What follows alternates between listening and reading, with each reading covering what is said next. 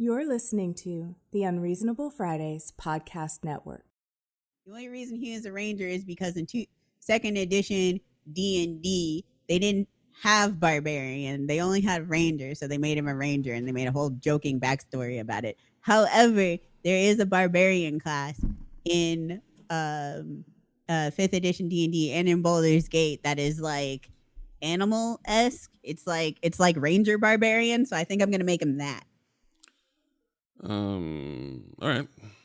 That sounds reasonable.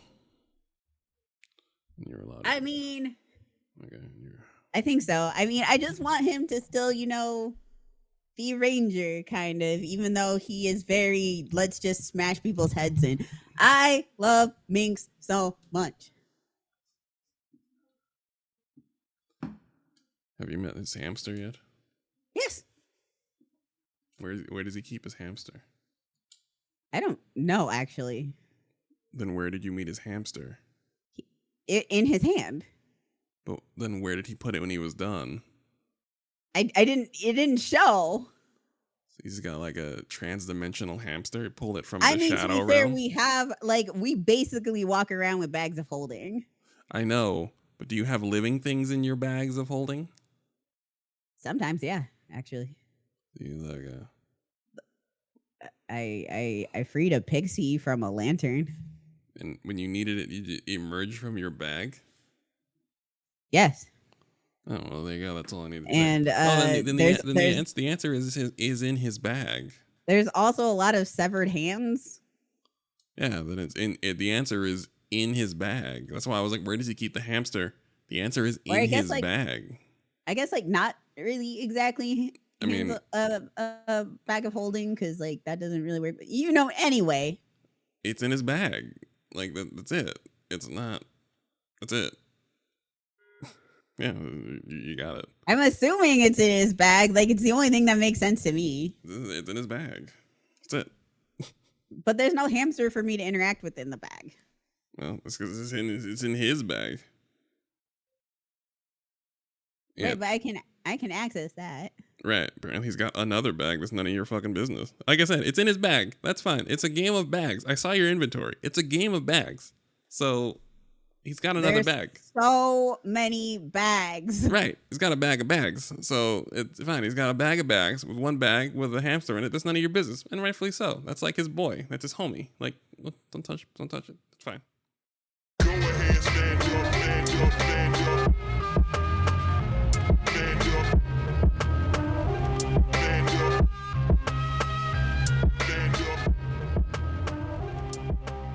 Good afternoon, everyone, and welcome to another episode of AddSpace. I'm your host, Aaron Rand Freeman, and with me, the actual host, the owner, proprietor, CEO, CFO, lead therapist, lead designer, head artist, social media maven, and travel czar, Elise Bacon. How are you? Hello, I am here. Speaking of me being here, ADHD people, you are listen up. Listening.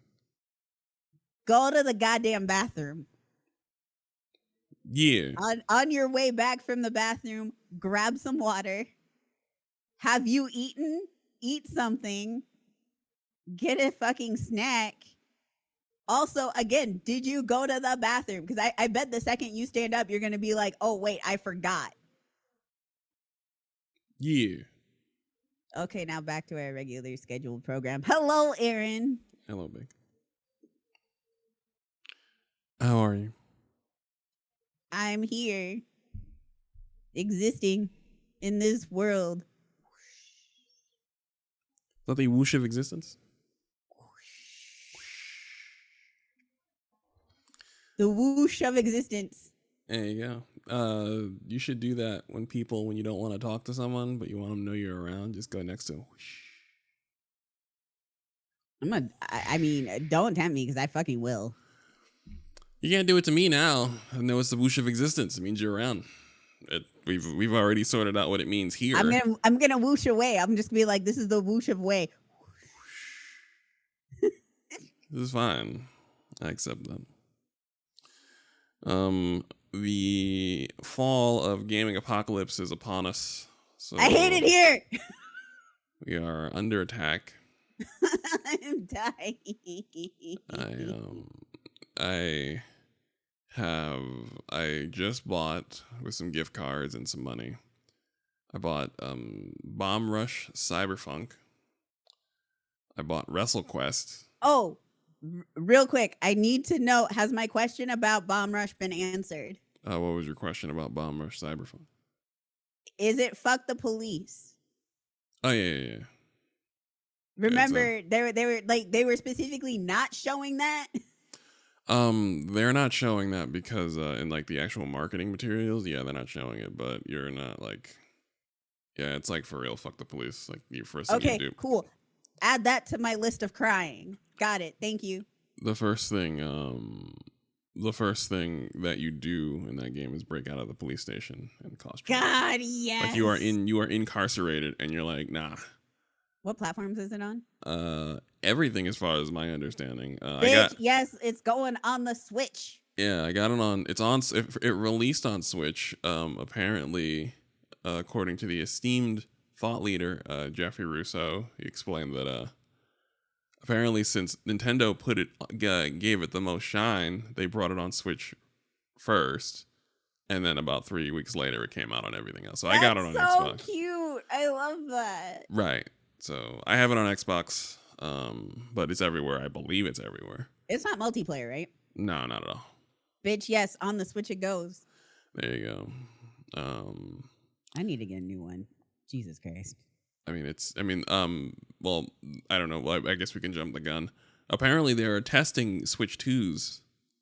I will look up the story now, but apparently they are They were there. I meant to look it up during the show, but apparently they are testing Switch 2s at an event. I'm trying to figure out which event it is.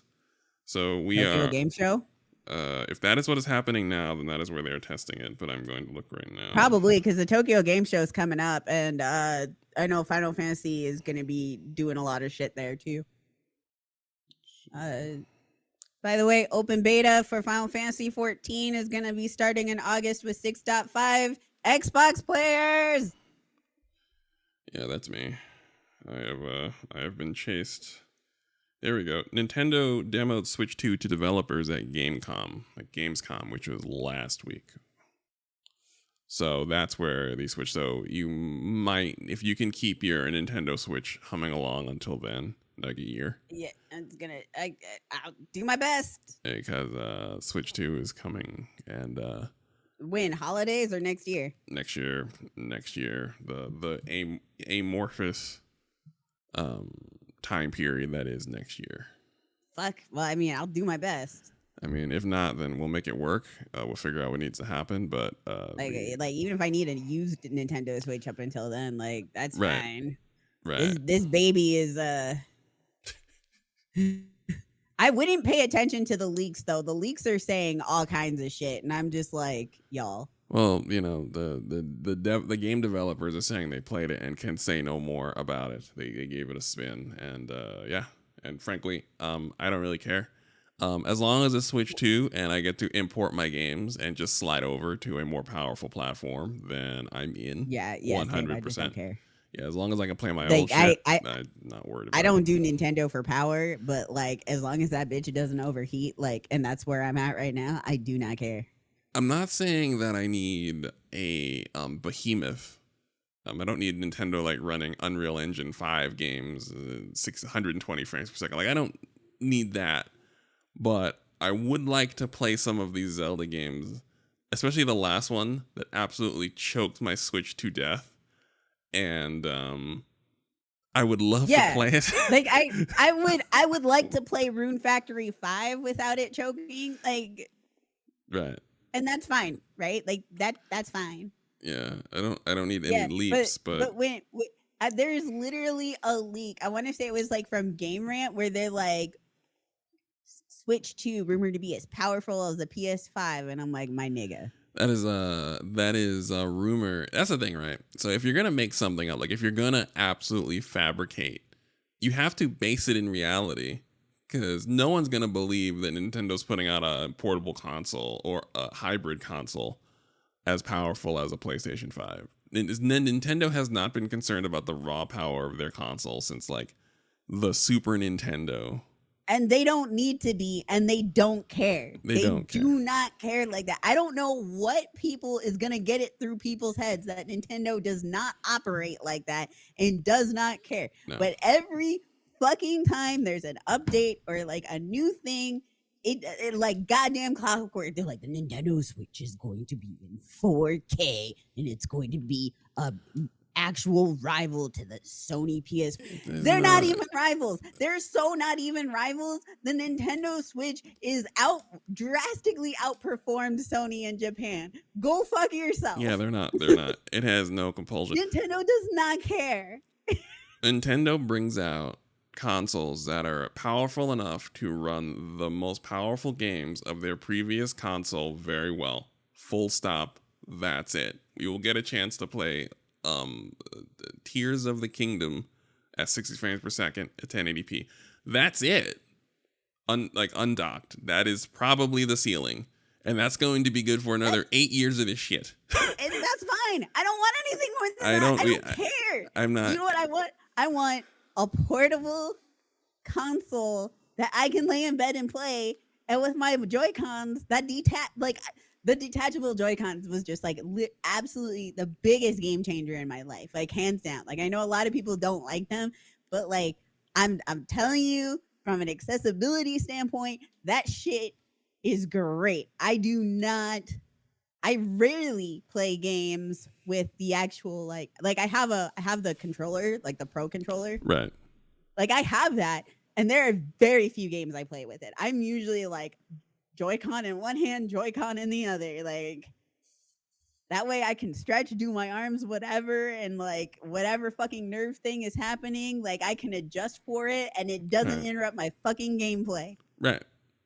This is what Nintendo brings to the table. This is the shit that Nintendo brings to the table. And like I'm just like every fucking time I'm like, y'all are making the most bullshit clickbait articles, and then you're like, gamers are angry that this didn't happen, and I'm like, wonder fucking why. And also, most gamers aren't that intent. Like, gamers who?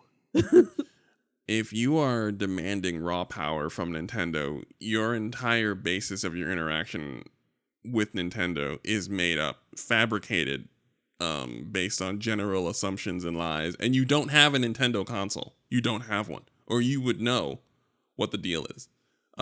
Switch is my first Nintendo console since GameCube. And it was immediately it was evident when I had a GameCube. It continues to be evident now that Nintendo's not worried about it. Does not care.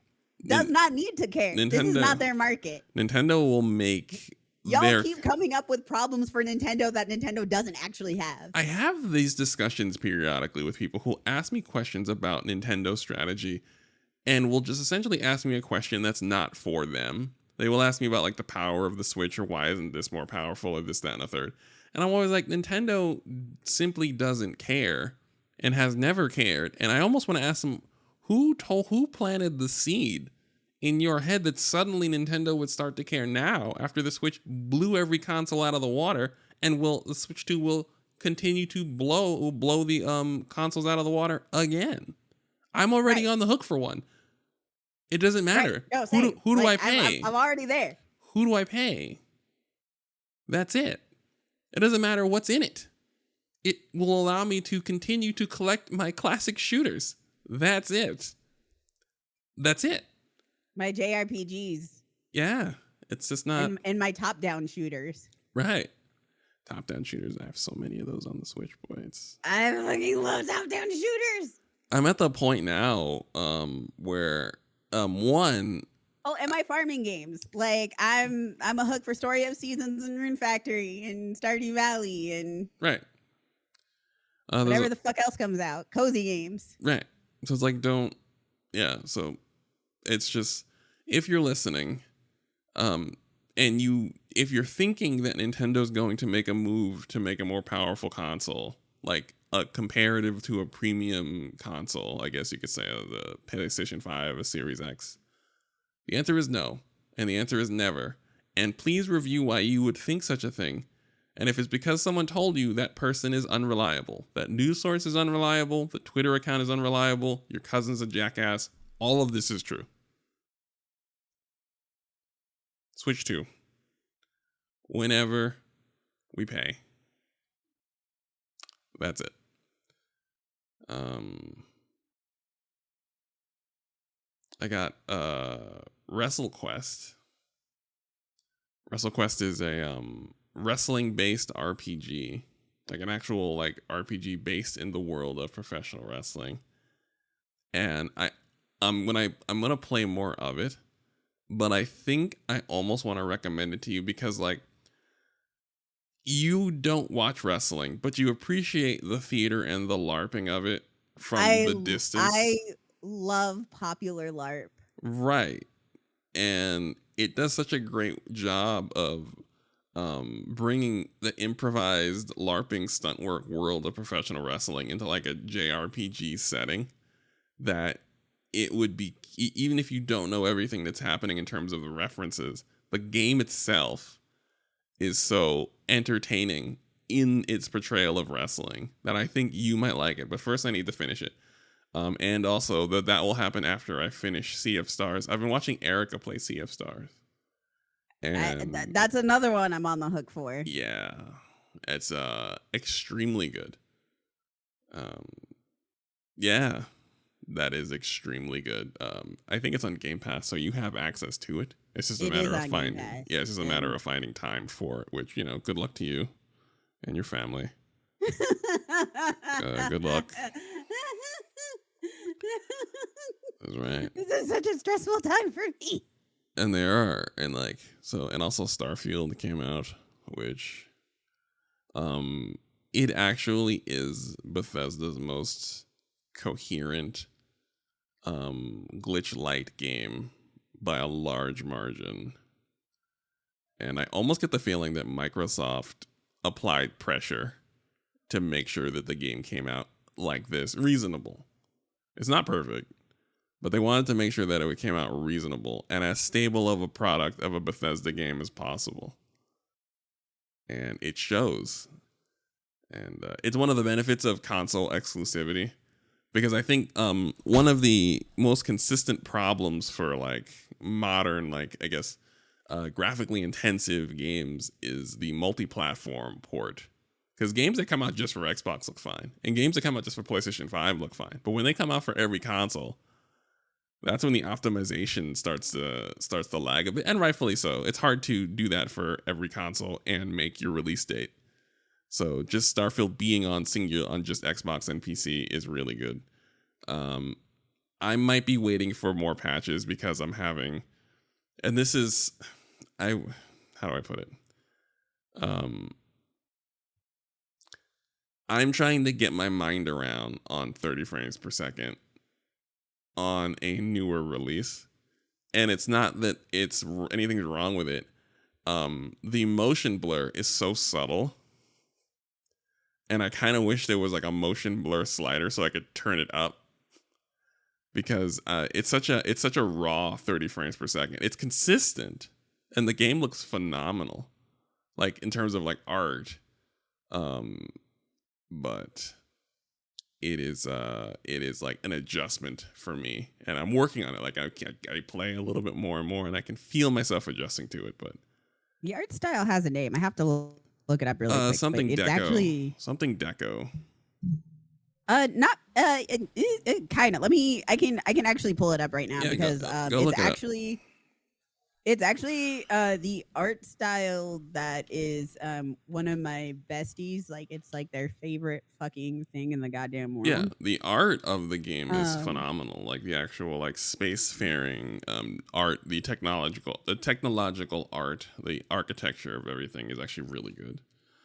I will keep hammering away at it because it is actually a very compelling game and a very good game.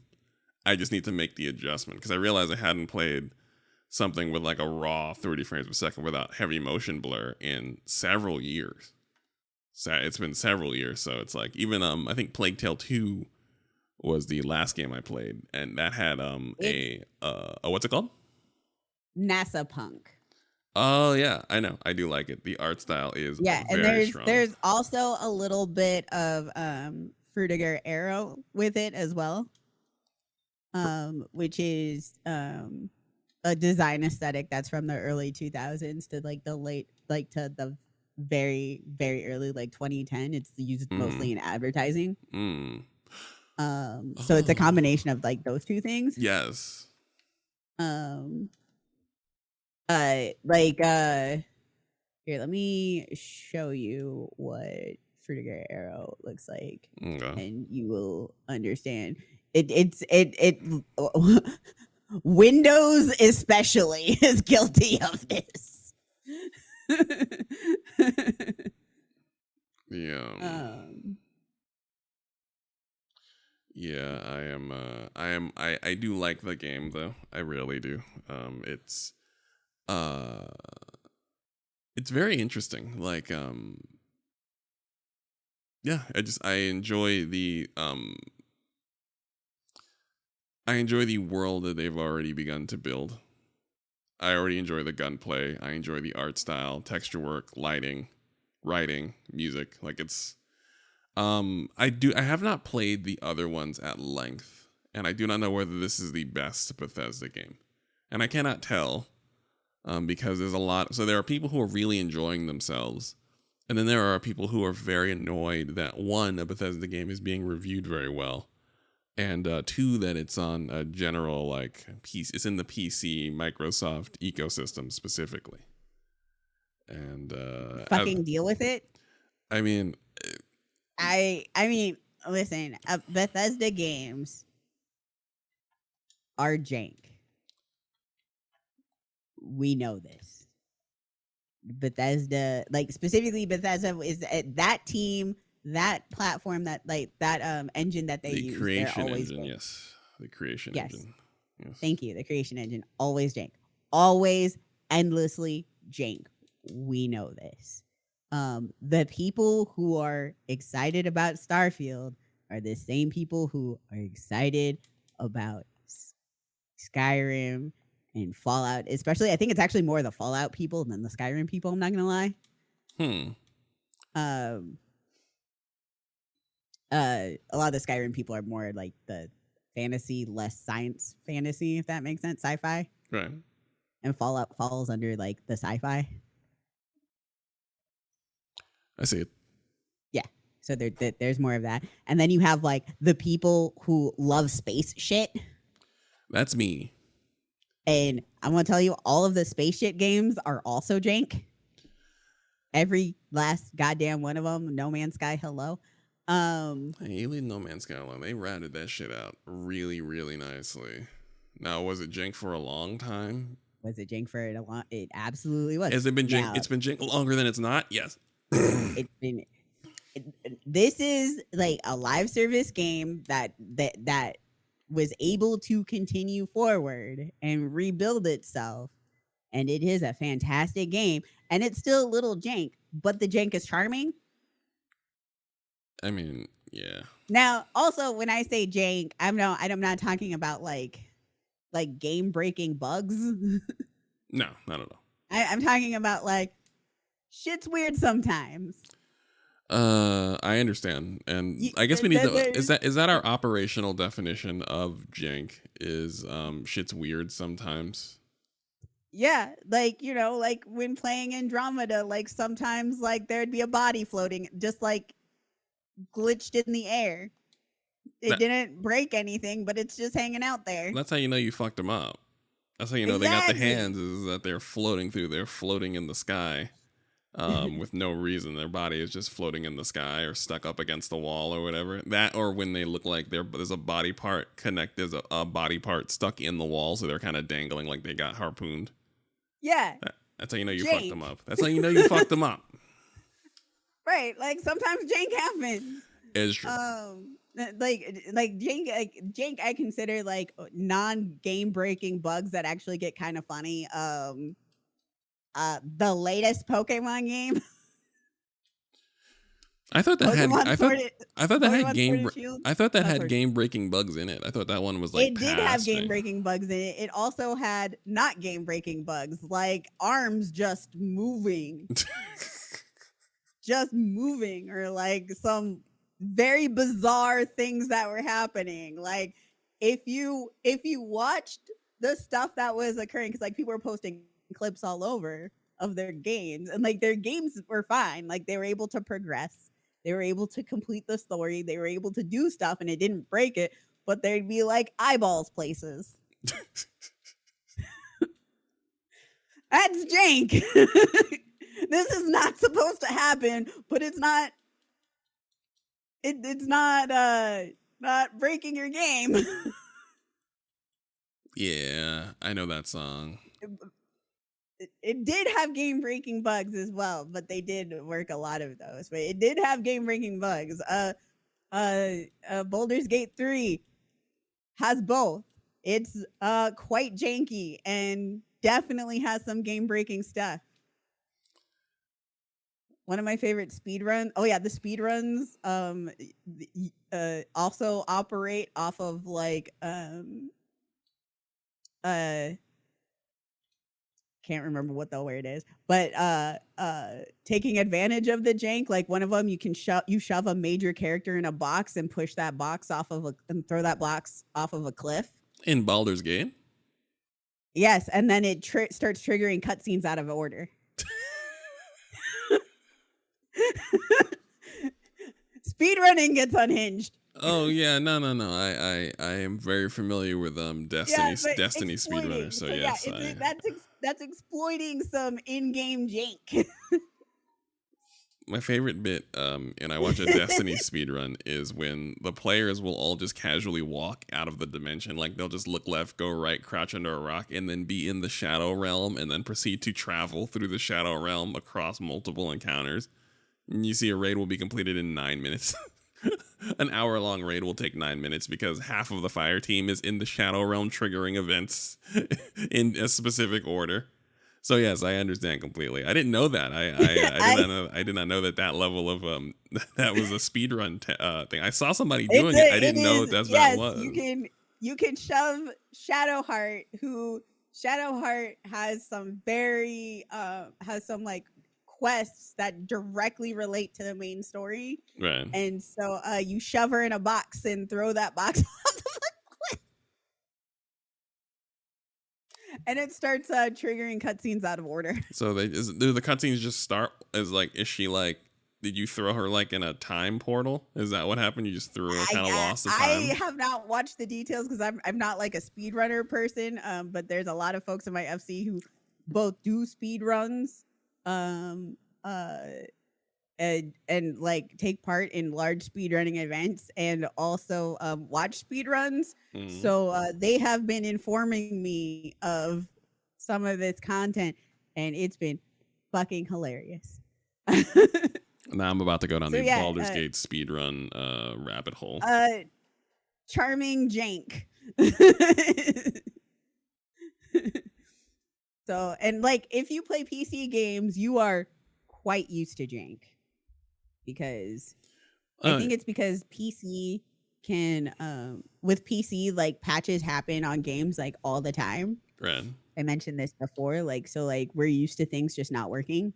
And I actually had a better experience playing Fallout 4 like and Fallout New Vegas on my computer, because I was able to like input commands to fix things that were breaking my game, and you can't do that on console. Mm-hmm.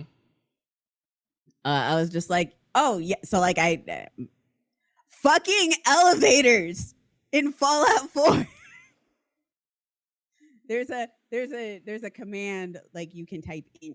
There's a command that you can put like that you can type in to help like fix that. Thank you to people who know how to do that sort of thing in coding, to tell us people who don't know what the fuck we're doing to like fix our fucking computer game. Every goddamn elevator. I ended up memorizing it after a while because I was just like, why is it every elevator? I hate elevators. Traumatized by elevators. There needs to be a group about this. But has Bethesda traumatized you with elevators? I understand. And But yeah, so, we're yeah, but with the constant updates, like, and like with console, they have to do them in big chunks. So like, I'm like, it's with Baldur's Gate 3, like it was supposed to come out like a week ago, and they're like, we're delaying this, guys. We're delaying the console. And because I play on PC with a controller, I was not surprised by this. I was like, oh yeah, they found some of the issues I found, which was like, you can't target some things. That's not an issue on mouse and keyboard, but it is on console where you just got a controller. Like you can't really. So there's some stuff where you need to like target up to shoot things. Right. Can't target up. I appreciate you can't target up. Like you're like one of the ways, like it's one of the ways you recruit one of the companions. They're stuck in a cage and you need to shoot the bottom of the cage to free them. But like you can't angle up to break the bottom of the cage. You don't move. You can't move the camera with the right analog stick? That's not, I mean, yes and no. It's so like the way it works is like it's not first person. It's third person. Right. So, and there's also like the range that you can shoot or hit something is dictated by your weapon and your stats. So there's like, imagine everything is like a grid, a 1x1 grid, 1 inch by 1 inch grid. Like, you know, if you're looking at a tabletop. So you basically need to shoot 5 squares up. So you have to angle, you have to like, and there's a line that shows like where you can shoot to, like, and like it'll say like, oh, this is too far away, like this is past your range or past your weapon's range, etc. And so what was happening is that when you try to go up, like it wouldn't go up, it wouldn't go vertical. Now, if you're using a mouse, you can just click. Oh, I see. You can click it, but okay. But if you're not using a mouse, you can't click.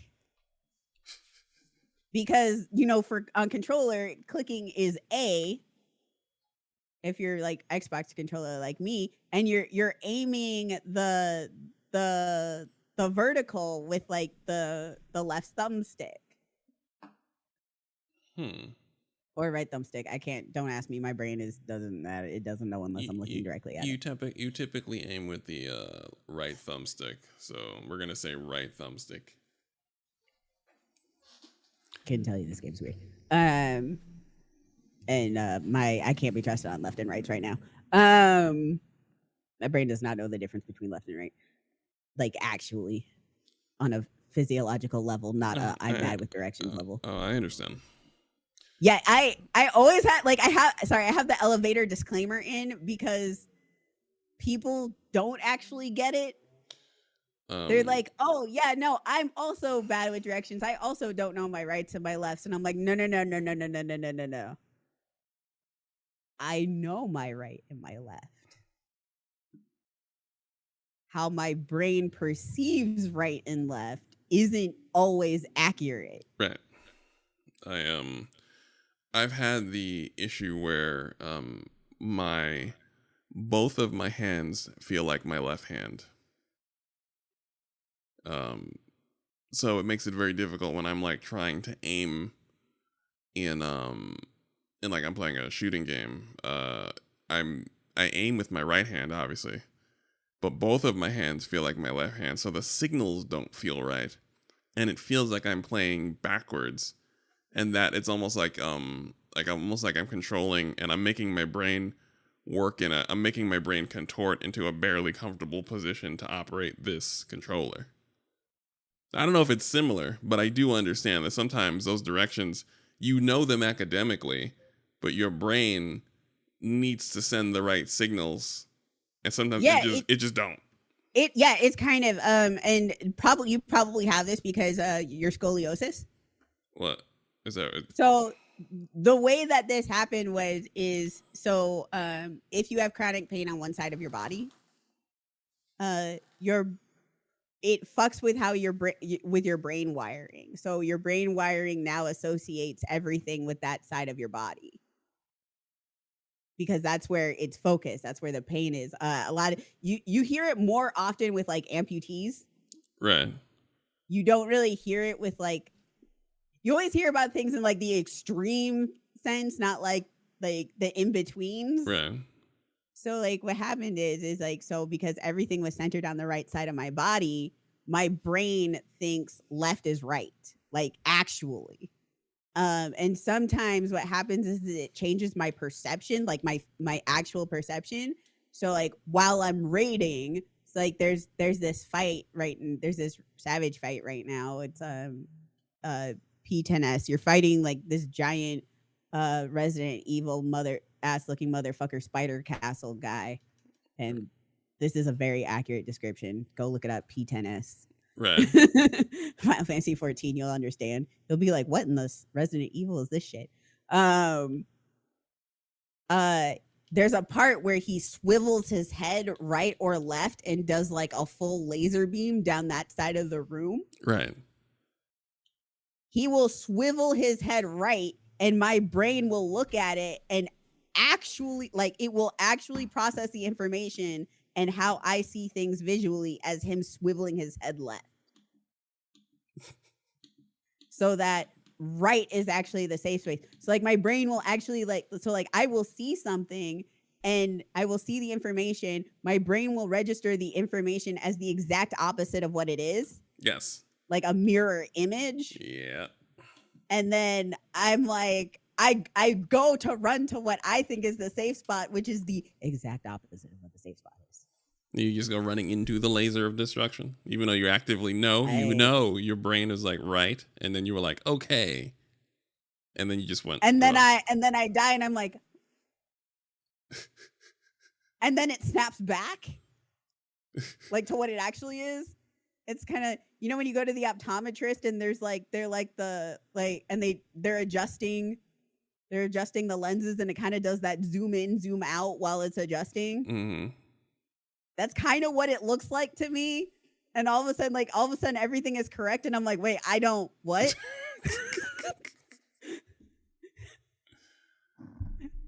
And so I'll die or like I'll get hit by something and I'm like, I'm sorry, my brain did a thing. I'm like, that's all I know.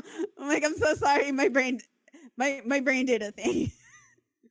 Or I will be like 2 to 3 Lalafels off from where I'm standing. Mm-hmm. So like I think I'm standing on A, right? Right. Like what I see myself, I am standing on A solidly. I am in the correct spot.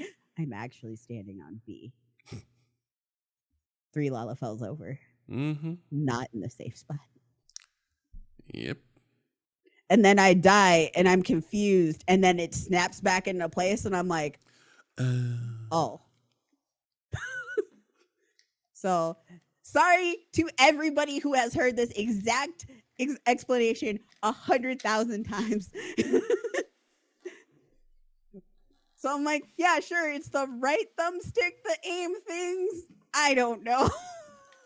You aim with a thumbstick. You aim with one of the thumbsticks. Yes, we have That's two. where We have two at. of them. 1 for 2. I aim with one of those motherfuckers.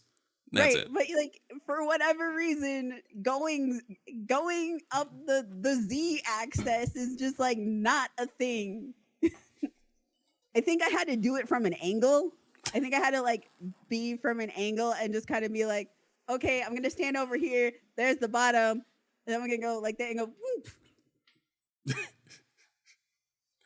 That's some good jank. I'm not gonna lie to you.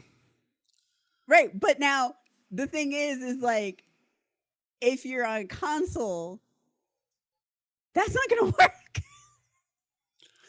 I You mean, can't have all your players getting stuck. I imagine that's not a problem on console. I imagine that might be an issue with going from PC, like the selecting the controller option on a PC title. that might be the issue because It's well, I can at least say that it probably is an issue because it registers it as an Xbox controller. well, if that was the case, I mean, because the Baldur's Gate just came out on PS5, maybe I think this week.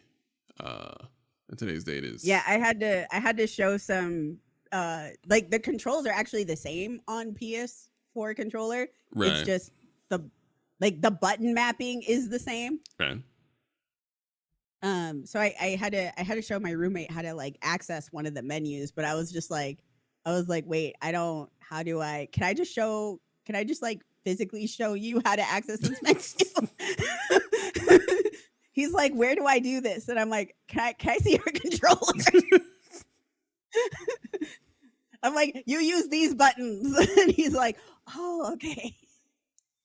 Yeah, that always makes me laugh And the now. game doesn't teach you that stuff either. Like on different different input devices. Yeah, it doesn't teach you like where to access things. The game's very bad at teaching you stuff. That's good to know. That is very good to know. But the inputs are the same. Like it's like this button and like, hey, this is a great. I'm so excited. Like I'm showing Aaron my controller, but like I have a custom controller, so you can actually see the difference in the buttons. Right. And I didn't think about that until right now, how helpful that is. So like this button and this button, they do the same things on Xbox controller and on PlayStation controller. Right. Same as like these buttons. They all do the same thing. Right. I would hope so. That would be that'd be very peculiar if if the controller mapping just was different on PC than it would be on console. Well, sometimes between consoles it's different. Between PlayStation and Xbox? Yes. Sometimes what games the do button that? mapping's different. I don't know why. No, I'm saying I haven't seen that in years. Like I knew that used to be a thing, but I haven't encountered that in several years. I can tell you it was a thing on the last generation. Oh, okay, last gen. All right, cool. That's fine. Because remember, I had PC, Xbox, PlayStation, and Nintendo Switch. Yeah, that's and so there are games where I had the same game across all of them, and the button mapping was different. That is so peculiar. Huh. Yeah, controller mapping, I thought it was just universal. It is not universal. It is entirely dependent on the game. Huh. Yes, it is entirely dependent on the game. And I've had some where on PC, the button mapping for controller, even though it registers it the same, the controller mapping is different from PC to console. And there's no reason for it. It's literally the same controller. Mm-hmm. Okay. How are you liking Baldur's Gate so far? Now, because the first time last episode, you were, 10 hours in, you'd say? I was like 20 hours in. Okay, and how many hours are you in now? Or do you I don't want want to to talk about it. Okay, that's fair. That's fair. That's fair. That's totally reasonable. This 120 hours and 35 minutes. Well, you know what? You are qualified to now share your Baldur's Gate opinion. And everyone take a step back while Bacon delivers an opinion that you really cannot argue with based on sheer weight of playtime. The game is extremely engaging. It's definitely one of those games where you catch yourself 6 to 9 hours later going, how? Like there are times where I'm like, okay, I'm gonna do this quest and then I'm go to bed, and then my cat is like woken up and is bothering me, and I'm like, what's the issue? And I look at the clock and it's like 2 a.m. and I went, oh. Yeah. I'm sorry, Dynamite. Did you have been in bed. I think did you know that I dozed off yesterday and I was watching Bacon? We were on Discord and I was watching Bacon play, and I think I sat down in a chair and well, I'll say I was resting my eyes. I'm over 40 and black, so I was resting my eyes. And then about maybe 25, 30 minutes passed, and I just sat back down, and I was just like, I fell the fuck asleep. But you were still like playing. I was like, maybe if I just act like nothing happened. Oh no, you were like missing, and I went. Yeah, I wonder if Aaron went to sleep. And it was actually like I was about to close out, but you had made it back to the chair. Oh, okay, yeah, no, I was like, I was resting my oh, eyes. well, he's back, so I'm not Okay. gonna close out the Discord. Okay, I was resting my eyes. I was wide awake, but resting my eyes. Please continue. Oh, okay. I was like, because you're like, be right back, and I'm like, sure. And then like 30 minutes later, and I'm like, So I am going to look at bringing back the sleepy time streams. I mean, So Baldur's Gate you is all weirdly can just good go to fun. bed. I mean, the Stardew Valley streams at night were fucking. They were a masterpiece. I was putting chats to like 10 chats at 10 people to sleep. Yeah, everybody would just go to bed, and people would like be open about it. Like, no, this is great. Like, we were real active until people started falling asleep, and it was great. It was absolutely delightful. So it was like one by one. right. And then at some point you were just playing Stardew Valley in a Twitch by yourself, maybe like one person was talking to you. So yeah. But yes, Baldur's Gate. Yeah, bring back the sleepy streams. 120 hours into Baldur's Gate. What do you think? So okay, so like I said, it's very engaging. Like you can really get into the weeds with it. There is there is so much player choice and just like bonkers batshit ways that you can resolve things. And it's very funny and it's very well done. But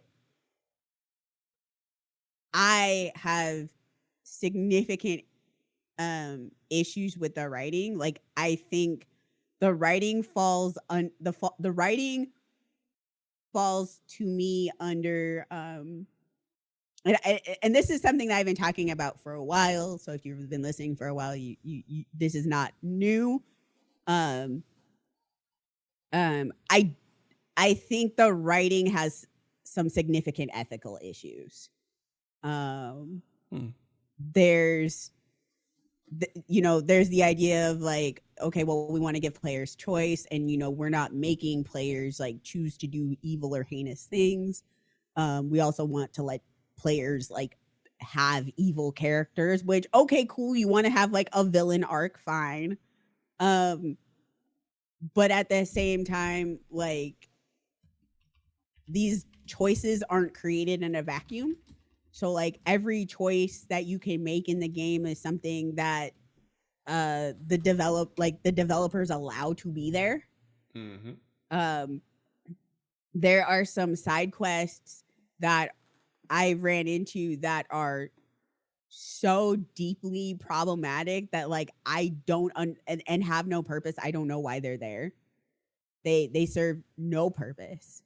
And they're also like quite intentional in like how they go. You can encourage slavery.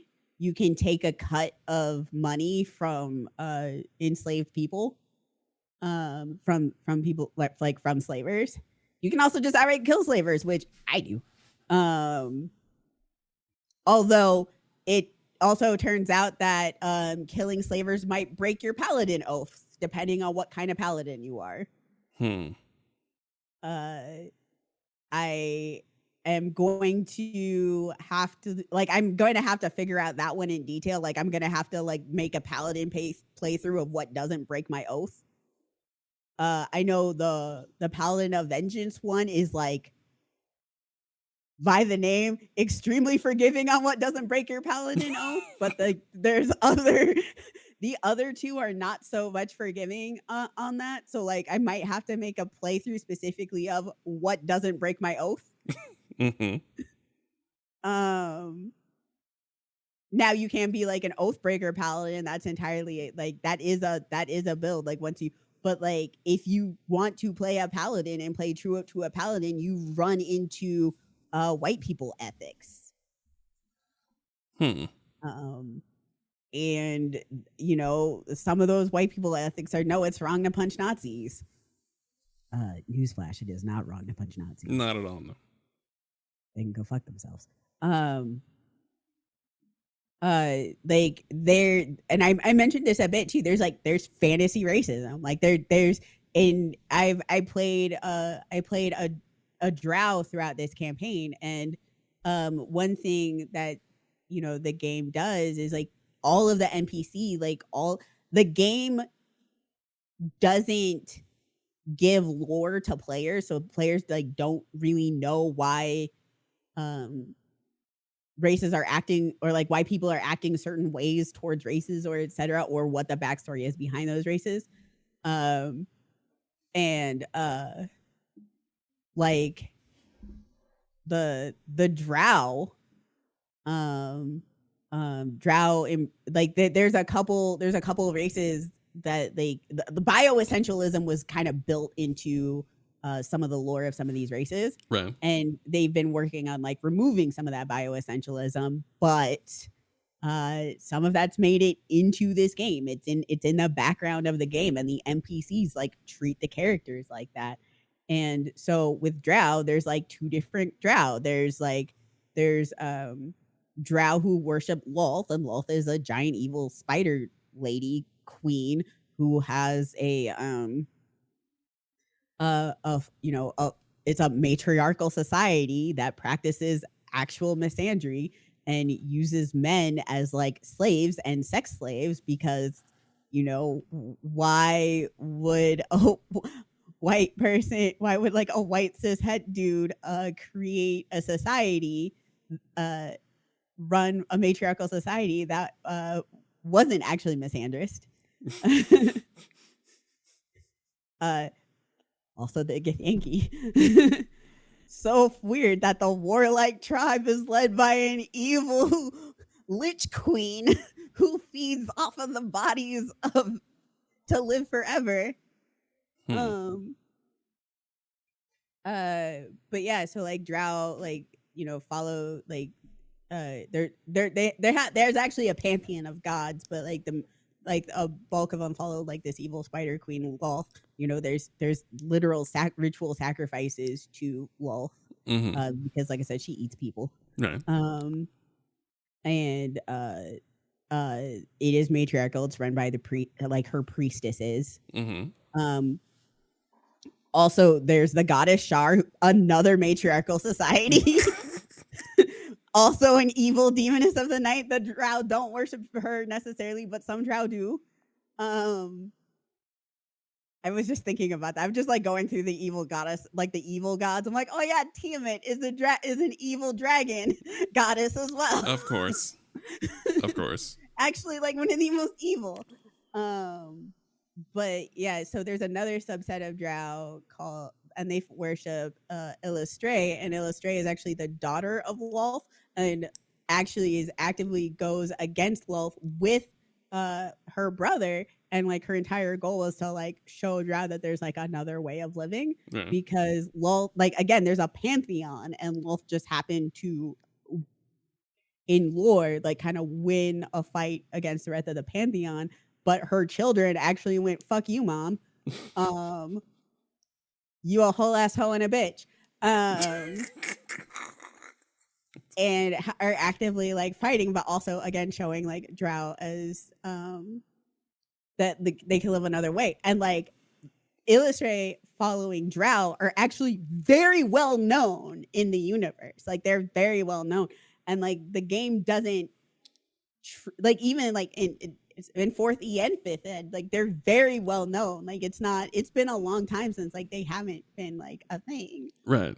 And so but the game doesn't treat drow differently. Like you do if you do follow Illustrae, like you can say I'm not that kind of drow, and be like, I'm not that kind of Negro.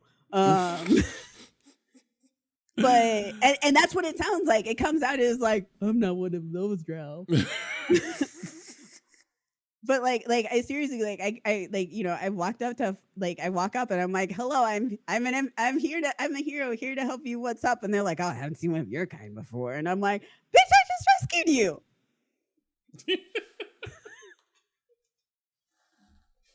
And a lot of people were telling me, oh, a lot of that drops in Act 3, and I'm like, well, I got to Act 3, and it doesn't. It's just different. Now they look at my drow in a very exoticism. Right.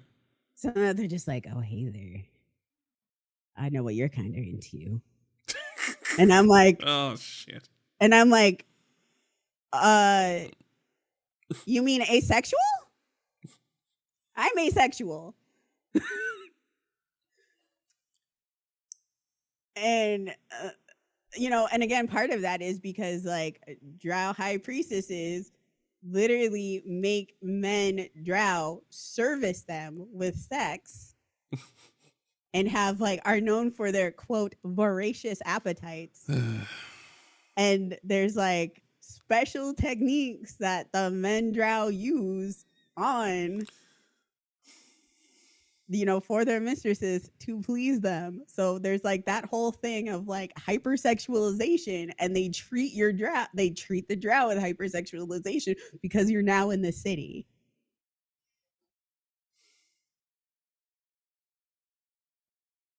Okay.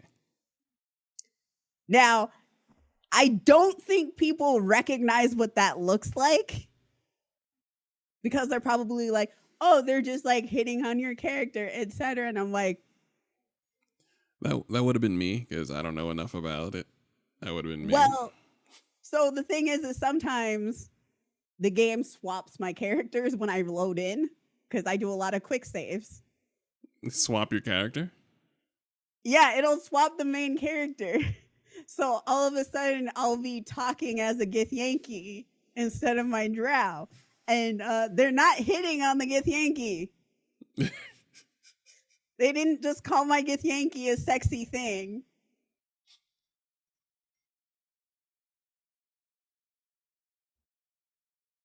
They didn't call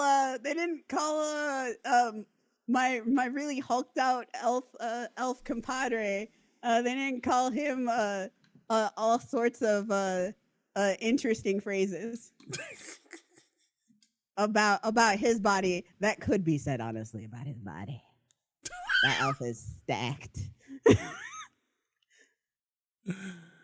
That elf is so stacked. When he officially joins the party, every single party member has something uncouth to say about him. And I'm just like, I need all of you to be less horny. Be professional. Why are you being horny at Professionalism, people. Professionalism. I was just I was expecting it from Lae'zel, because Lae'zel is very explicit in what she says. She's just she was talking about how his prowess and how he could fight, and she's like, he'd be of use of him, especially with those thick ham-sized arms of his. And I'm like, ma'am. Professionalism. Fuck. I expected it from Lae'zel, but it was literally every character in camp, and I'm like, hello. You have to have that emergency meeting on Monday regarding how to treat your coworkers. I was just we need to tone it down. Listen, we know that just because we're all pretty sure that Halsin is fine with all of this and has a wild free spirit swinger self, he is absolutely a swinger. Actually he is an ethical polyamory only character. If you want to romance another character, or have a romance with another character, he'll be like, let me I need to have a talk with you with your partner just to make sure everything is. Or you run into a pair of drow sex workers, and he's like, they remind me of my youth, and I'm like, are you interested in Halson? He's like, oh, I'm very. I'm like, okay, let's turn down the horny. Everybody calm down. Please, guys. I'm like, hello. What's the name of this character? I gotta look now. What's the name of this character?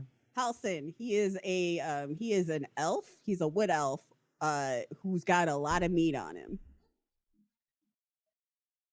He also can shape change into a bear, but he is very large. Oh, I see. Yeah. Right. He's like Thor. Okay. He's like major With a helmet. brain though. He's very smart. Yes. Oh, okay. He has too much going on. Okay, I get it. Yeah. I understand. That's fine. Yeah, no, he's nice, he's responsible, he's a leader, he's older, his youth is behind him, and he knows what he wants.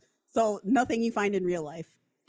I see. He's at max. He's such a fantastical male character that even the characters are taken aback and immediately aroused. Okay, that makes sense. Yeah, no, immediately. They were all horny when he joined the party, and I was just like, I was not expecting any of this. He's heavy in the shoulders, yes. Yeah, yes, he is. I was just like, Jesus, his arms are huge. Jesus. Well, this makes sense. Yeah, that is one thing I liked about Baldur's Gate is they have like two elf bodies. There's like the wafy elf that we're all used to, and then there's like muscle elf. and of course, like I picked the muscle elf build because of course. Why would you saw my drow? This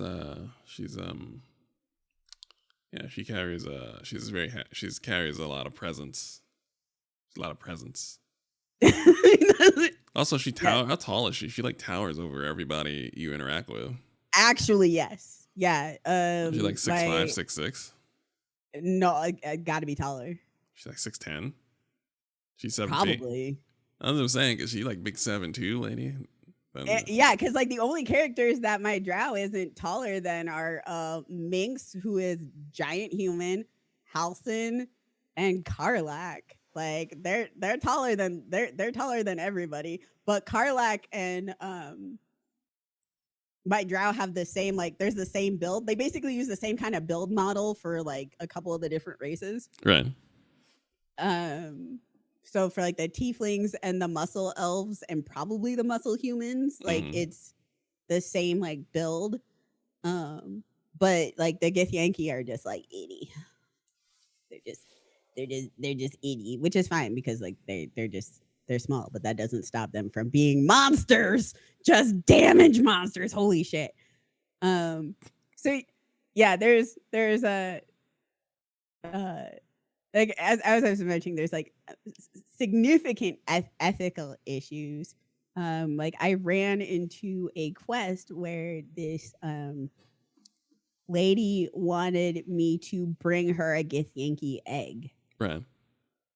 Githyanki lay eggs, so she was asking me to bring her a child. What was she gonna do with it? Let me see if I have the video. If we can't hear it from my audio, we can I can have you play it. Go. Honestly, I was doing them a favor offering to buy one of their eggs. And how am I repaid? Attacked and run off like some transient. What? No, of course not. I was merely...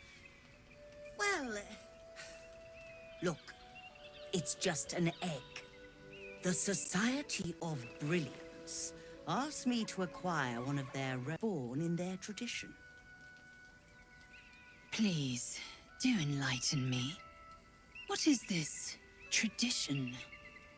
The Society believes a Githyanki raised in a peaceful, nurturing environment can overcome its violent nature. I'm sure your friend would agree. A Githyanki is as likely to forsake its violent nature as a gnome is to fly. Like, I want you to bring me a Githyanki egg. And I'm like, bitch, why do you want me to bring you a Githyanki egg? And she's like, well, so like the Society of Brilliance, they're a society that is geared towards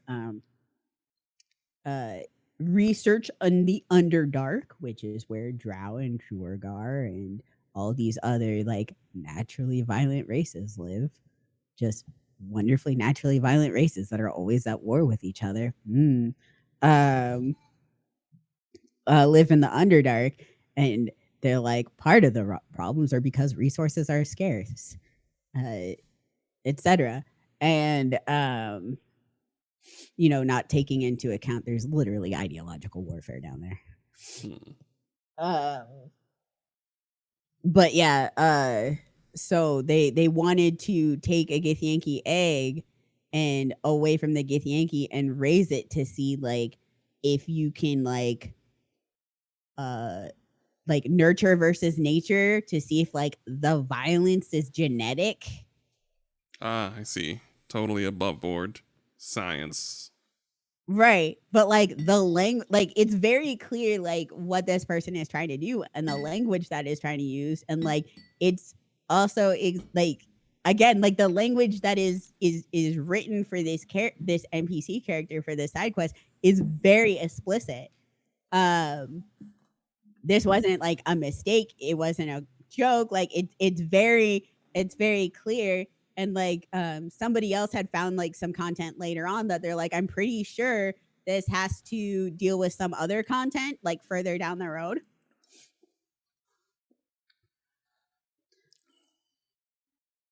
But that just like got axed or something, and I'm just like, it doesn't matter why this is in the game, like it shouldn't be in the game, right? And like you have the option of taking the egg and like just giving it to her, and I'm like, why is that an option? Like, what purpose does this serve? To try to give like an evil character more options? Why? Right. You can be evil without trafficking a newborn. Yeah, and you can be evil without trafficking a newborn while using language that is used against marginalized people like forever. Like that's the exact same logic that was used against indigenous people and against black folks. Mm-hmm. Like word for word. Like people genuinely believe this. It's like what like some white folks who do like savior adoptions. Like this is like specifically what they do, and like that's not even getting into the system of like adoption is in this country is basically human trafficking. The way it's set up in our US system, at the very least, it's real bad. Like if you don't know about it, please look into it. It's not great. It's so like it's like I said, the character language is extremely intentional, and there's a lot of stuff like that sprinkled throughout the game, and I will be sitting there genuinely enjoying myself for about like 10 to 15 to 20 hours, right? And then I run into something like this and it makes me so upset. It ruins that like 10 to 20 hours. Right. And so it's just like every single time I come across that stuff, it's like, I'm like, okay, like it's like, I know that this game was like specifically not made for me or people like me. It was made for like these kinds of people in mind. And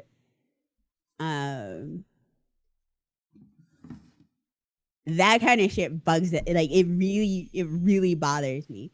And then like, of course, like I'm now like in Act 3. I'm towards the end of Act 3, and there's a lot of like Act 3 feels like super rushed. Like it's definitely clear like they were trying to like get this out before like all of this other bullshit, all these other games are coming out because they all came out at the same time. Mm-hmm. Or we're just like we just need to get this out. But like it acted like, bugs aside, because Act 3 also has a lot of bugs. There's just a lot of things that happen and resolve in ways that don't match what's happening with the characters. Like I've run into this one specific character like multiple times. I'm not going to say who, I'm not going to say in what situations, but like they have watched me and have commented on all of the things I've done in my adventure, right?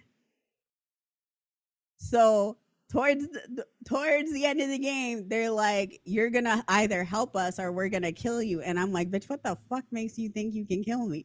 Like, and like their character too is very calculating, right? And like they're the kind of character it is like weighs heavily like losses and benefits. Right. And they take note of what's going on in the world. So that kind of character being like join ending with a join us or fight after all the shit they've seen does not make sense with that character. And I'm not saying this because like I'm a person who's like adverse to conflict, because that's not quite how I play my game. I usually end up playing my game with this is a situation where there's a lot of enemies and I don't have a lot of allies. So let's like set things up so it will go in my favor, and then I'll initiate a combat Right. if I need to. This makes sense. Because sometimes like there's multiple solutions for things. So like sometimes you can kill you can defeat an entire encounter with people dead without taking out your sword at all. I think I saw you do that. I saw you push a boss into a pit that they were trying to traversing next to. You kind of threw them into the pit. Called it good. I can't remember which one that was, but yes, I've definitely thrown people into the pits before. Yes. There's actually one boss fight where like honestly like that's optimal strategy is crowd control people off of the edge while you can like, and so then you can fight the actual main boss. Because those enemies boost the boss, because like sometimes a lot of the boss fights work is there's a lot of like trash, and the trash will do stuff to like augment the boss. Like there's one fight where there's a lot of like enemies that are there, and the boss will actually like eat them for lunch and power up. Right. But if you kill all the enemies before he can eat them, one, it's an achievement, and he doesn't power up. I didn't actually know that until I saw the achievement, and I'm like, oh, they were just annoying. And I like killing the annoying things off to focus on the big baddie, because then I only have to focus on the big baddie. Right. Because you've got one motherfucker over there who's trying to cast slow, and slow means I can only do one thing per turn, and that is the most annoying shit in the world. That motherfucker needs to die.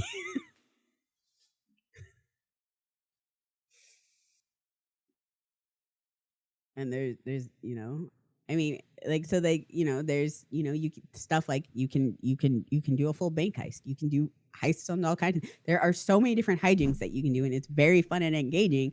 But the unethical writing and the fantasy racism really get in the way for me. And I'm definitely envious of people who can like turn their brain off to play stuff. But I unfortunately am not that person. I can't ignore things. Well, I mean, you shouldn't. In this instance, it's a valid critique of the game, and it's better than the hand waving I read around these discussions. And it's you shouldn't. You really should. You're better off for not being capable of ignoring this. There's also another origin path that you can take, right? Called Dark Urge, and I don't think it should exist at all as a place. Like I understand why people like it, but it's also being lauded as like some of the most fantastic writing, and I think it's intellectually lazy. I think it's actually unethical writing and also intellectually lazy writing. Which in turn makes me believe that that is not a good story. They have had some heated arguments about this with people, and I don't know why they thought I would budge. But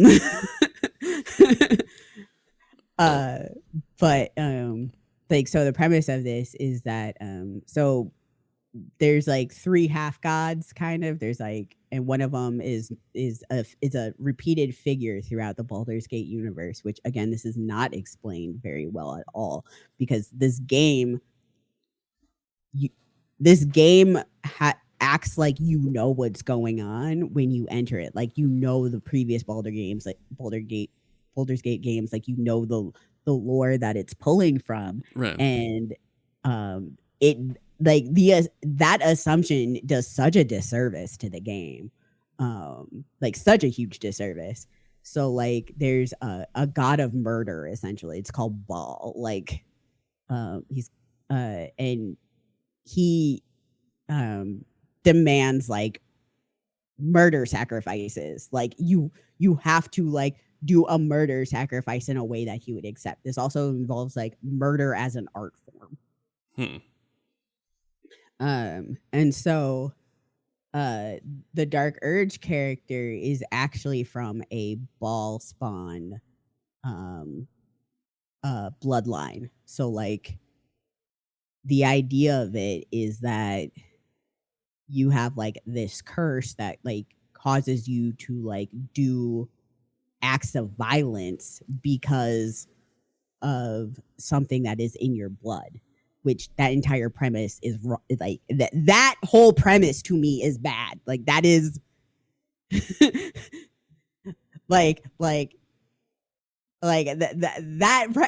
entire premise of that I think is an issue. the you are like evil by nature of your bloodline. So do you think it's adherence to the source? Is it because so if this is just like written in the lore, then do you think and there are already changes being made, how do you think you like weave in a change to what is like core mechanics and kind of still kind of shift it to the modern day?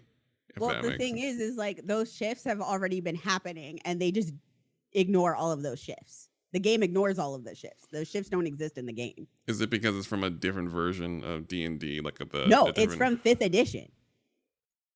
Oh, so this is the most current. It's based off of the most current edition. Oh, and some of these changes started back in 4th ed. Oh, how old is 5th edition and 4th? I guess say 4th. When did 5th edition's been out several years? Okay.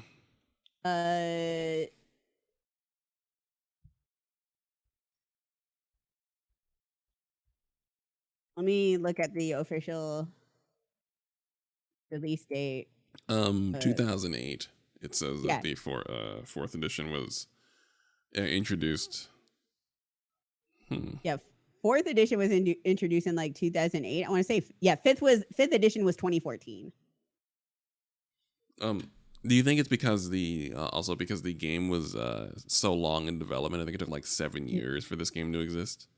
No, because some of these changes, like I said, were already in 7th. We're in 4th edition.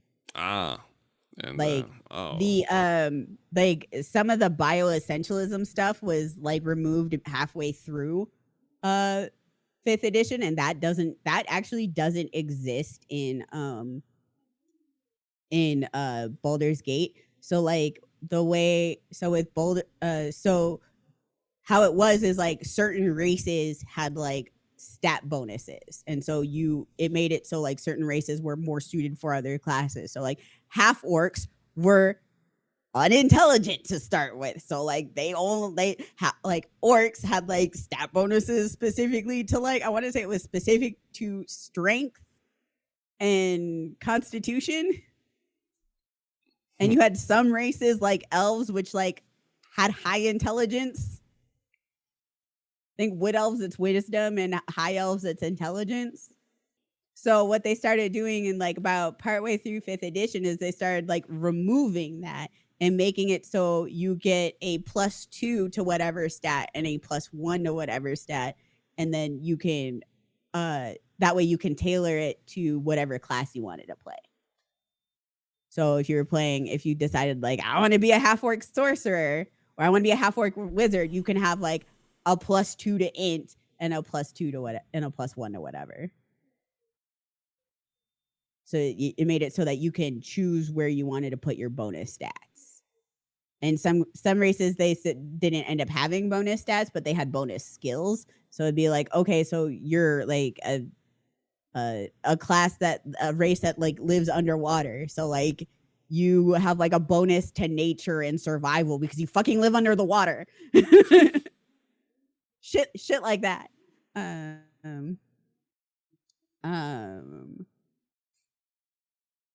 or if you like you're a specific like race that lit like a city version of a race, like you have a bonus to sleight of hand because y'all are pickpocketing everybody.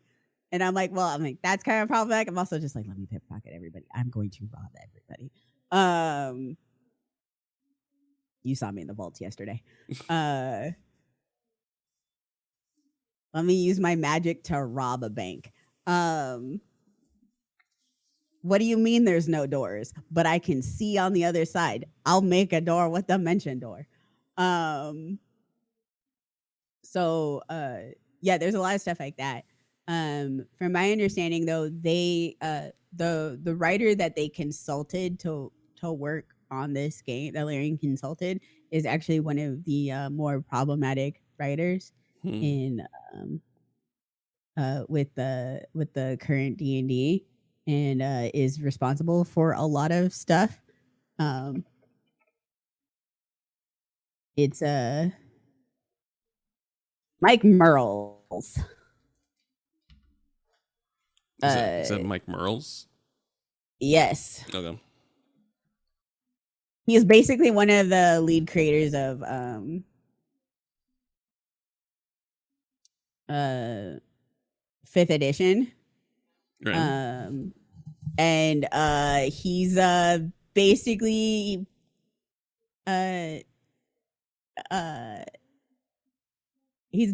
you know, known for being like pretty homophobic and sexual abuse. And also there's there's like a lot of there's just like a lot of reasons, like he's a fucking asshole. There's a lot. I'll have to go into it again because like it's one of those things where I have to like pull up a bunch of stuff. But he's definitely known for misogynistic behavior, homophobic behavior, and just generally like racist shit. He's a shithead. Okay. He's not well beloved in a large section of the tabletop community, even amongst people who actually would normally like him and his behavior. Really? He's even offended other racists? Yeah, he's even offended them. Well, good on him. That's an achievement. Yeah. He's not great, and that's who Larian consulted with. I don't know why they would consult with him about it. I'm not gonna lie. Like, I don't know. Like, he's like a well-known shithead. I mean, I'm reading it now, yes. Oh, you found. Oh, dear.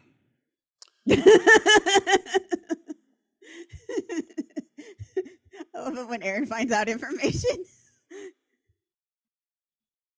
All right, well, he's so as far as I can tell, he's a homophobic neo-Nazi. Yes. Oh, I see what you mean. Yeah, I see where the unethical comes in, because if I can look him up for literally 40 seconds and discover things that I didn't know, then if you're about to make your game and you need to consult someone, you probably can also take the minute to consult, to type his name into Google and see what comes up. So I understand what you're saying. Aside from writing unethical decisions in the name of having an evil air quotes character, it's also unethical to look for guidance from the neo-Nazi responsible for the game. Like, you can do better with almost anyone else. So, yeah, I understand. Yep. It's pretty bad. And so yeah, that's who it's once I found out that they consulted, it was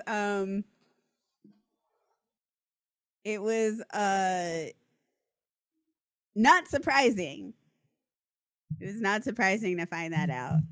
I am looking forward to playing this game multiplayer with friends, because also all of my friends know me. They know me quite well. They know where I stand on things, and they know my viewpoints. They also know where I they don't quite know the levels of chaos I do, but they also do chaos in games. But they do know that like I've got some very, very hard lines. Oh yeah, sorry. The other part with the Dark Urge character, because like the Dark Urge character also connects narratively with like some main story events and gives like a further context about those main story events. You could do that without this character. And also like part of like being like you know, Bale spawn as they like call it, is you have this thing called the Dark Urge where like you have the urge to do just like acts of violence or murder. And there is like an entire cutscene that you can't get out of that you are like forced to do. And it's sort of like it's a villain story arc where you can work to no longer be the villain, or you continue being the villain, and like you can roll against your dark urges to like not give into them, but you have to succeed on the roll. Oh dear. So you can just end up murdering people for like no reason because it's dark urge. Oof. The fact that it comes down to a dice roll is chilling. I don't like that. Yeah. Like I mean, I feel much better about if it gave you like the options, like, and you could like. Granted, I don't think this thing should exist at all, but like if it has to exist, I don't think it should be like, you know, if you want to resist, you should have the option of just resisting. Right. Like it comes down to like they take it completely out of your hands, and so it's like hailed as like this is like a really great role playing experience, and I cannot agree. Now I understand this is my subjective opinion. And I have many an unpopular opinion.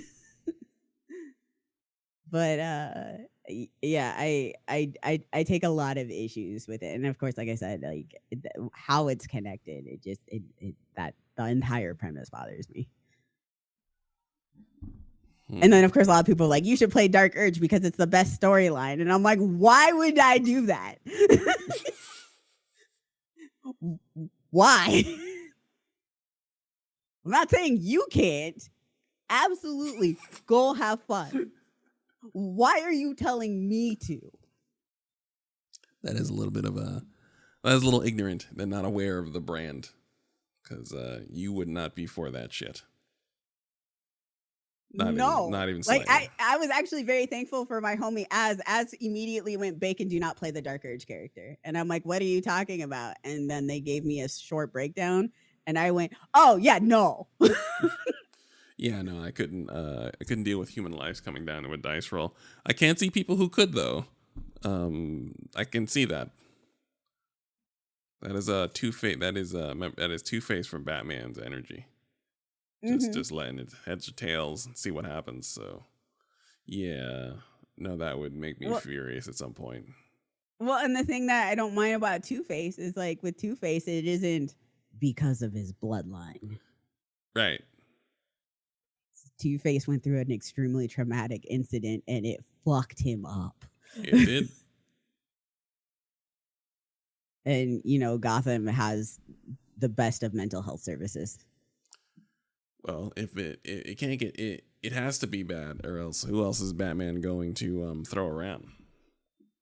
Right. The entire premise of Batman requires Gotham having terrible mental health services. Yeah. Very little support for the struggling citizens of Gotham. I mean, besides Batman dropping you out of a fire, dropping you off a fire escape.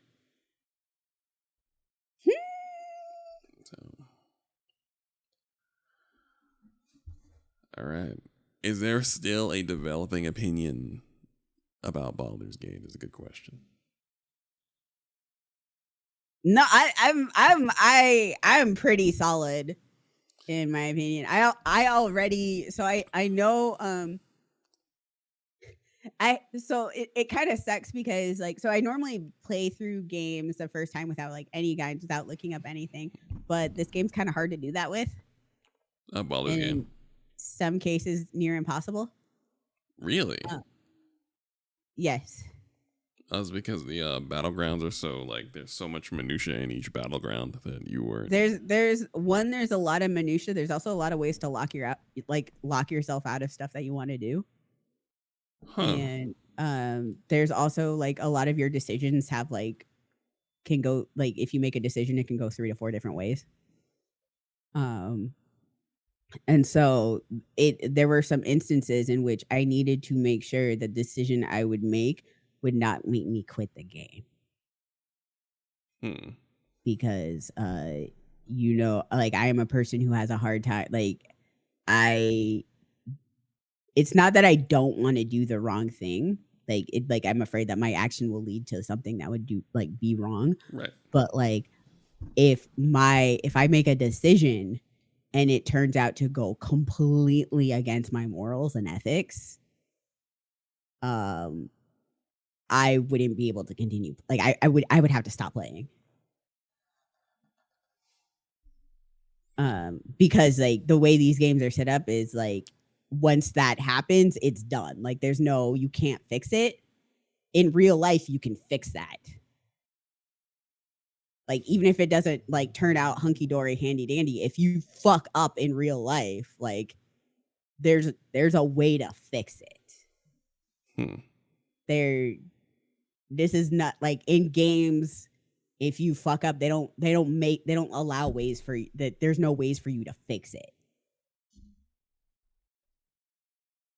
So, which is something I would like to see actually which is something I would like to see implemented in games in general when they have like player choice leads to consequences. It's like, yeah, if you fuck up, you should be able to like fix your mistake without going 40 hours back. I mean, that would be interesting. Almost like a junction log where you can pop in and out, where you can pop into certain events that happened in the past. You wouldn't have known what the consequences are or how to adjust. So you have to, now that you know, you'd like to go back, which makes sense. Or like not even go back, like just like, okay, so this was a fucked up. What can I do right now to fix it?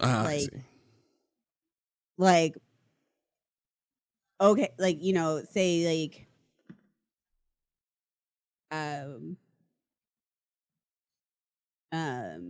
if you, like if you can't like rescue a certain person and they die, right? That person is has an effect on other characters, right? If there's something you can do for those characters to like bring like a resolution around. Like you can't like save a person, but you can like make the situation not as god awful. Right. Stuff like that. If like you don't have the opportunity to save somebody, but maybe you can save them later, but but saving them later, they might not be able to help you. Like they still might not be able to help you, but maybe somebody else can. Like, that's tied to that character. Something like just like expanding ways of just being like ways to like I had no idea this was going to happen. And some of it is like really out of nowhere. Like it doesn't make sense. Cause like I said, there's like some ties where it's just like, this is completely against like the way the characters were. But they just like it kind of shoehorned a thing in there. It's actually, funny enough, it's a testament to how engaging the game actually is. That you are currently here. What was the last game you played with this type of continuous ethical writing issue? It was BioWare games. It's massive. Okay, cool. All right. Okay, I was about to say, all right. I mean, I have the same issues with like Fallout. Like I actually didn't. I think it was like, was it Fallout 4 or Fallout New Vegas? I just decided decided not to finish because I didn't like the ending, and then I found out the ending that I wanted, the hoops that you had to join, I just didn't have access to. Okay. There's like, so it took a long time, but apparently there is a path to the route that I did want, like the ending I did want with Fallout 4. But it's so specific, and there's so many different ways to fuck it up that it actually makes me more angry finding it out later. Hegs and I were talking about that in the Discord one day. I was like, I will never forget that. I was just like, what do you mean I have to choose between one of these 3 factions when they're fucking horrible, and the only good faction is the one I'm part of? Why is this one good faction not an option? And also, bugs can keep you out of that option. So, like, when they're like, you must choose between one of the 3, I went, no, I'm not. And just didn't finish the actual story. The story pauses after that when you don't pick anything? I just didn't do it. I just kept going through the wasteland doing side quests until I did all of the quests and then just stopped playing. I also built like mansions. Yeah. I built some amazing fortresses. See, that is a testament to Baldur's Gate then. Because you can be forced to fuck off in a game. You've established a precedent that you could, if it came down to it, just stop playing this shit. So yep. There's a reason why I also had to look ahead to make sure that I was like, okay, if I make this decision, can I live with it 40 hours later? Okay, I can live with that decision 40 hours later, even if I don't like it. There's a few of them where there was no way in hell I was going to be able to.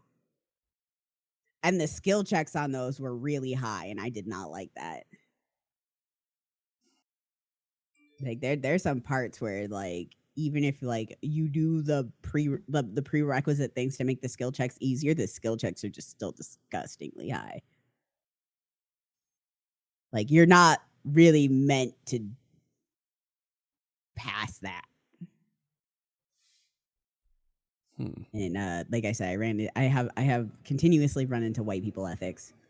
And then the Mass Effect trilogy, and I'm gonna also say the Dragon Age trilogy. You can be horrible in Dragon Age. The Dragon Age I was a little bit less familiar with.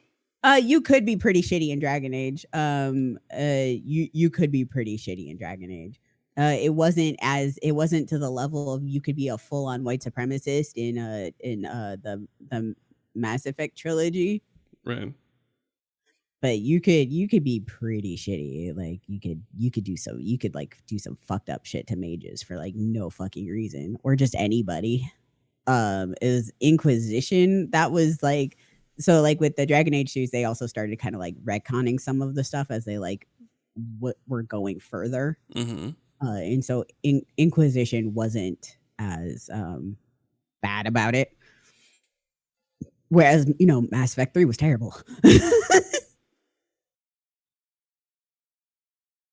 Yeah.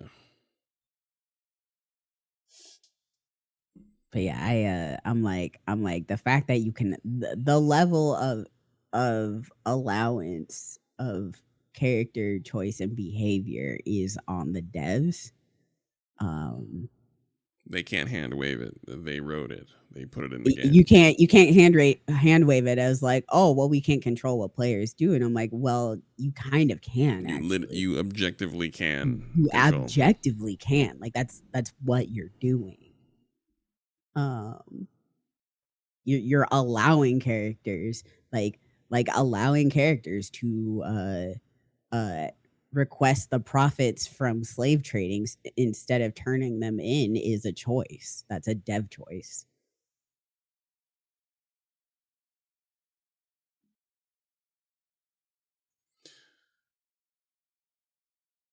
To this point, Like you can literally be like, "You're a slaver," and they're like, "Yeah," and it'd be like, "Give me a cut of your money, or I'll kill you."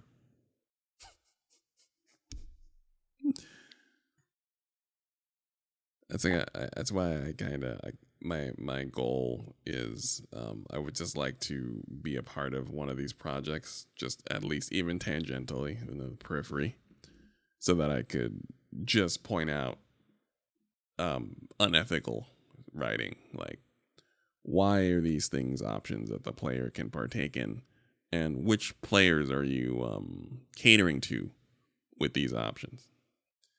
And if you took it out of the game, who would be mad?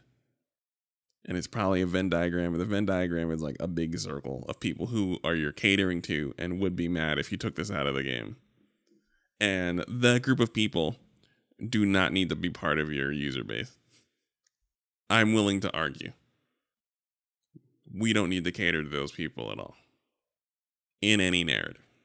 Right. Like, why is it necessary? Right.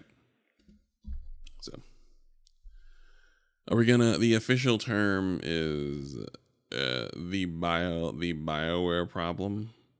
That is what I've been calling it. That's the I might have a vendetta against BioWare, but I have been calling it the BioWare problem. Though I know it goes beyond BioWare. I mean, it's honestly a D&D problem. But because we're talking specifically about video games, I like calling it the BioWare problem. Yeah. Is it a D&D problem? Because it seems as though, like... I mean, This is, like, the game is, like, playing... Like I said, the game is, like, playing a really good, like, D&D game, but with a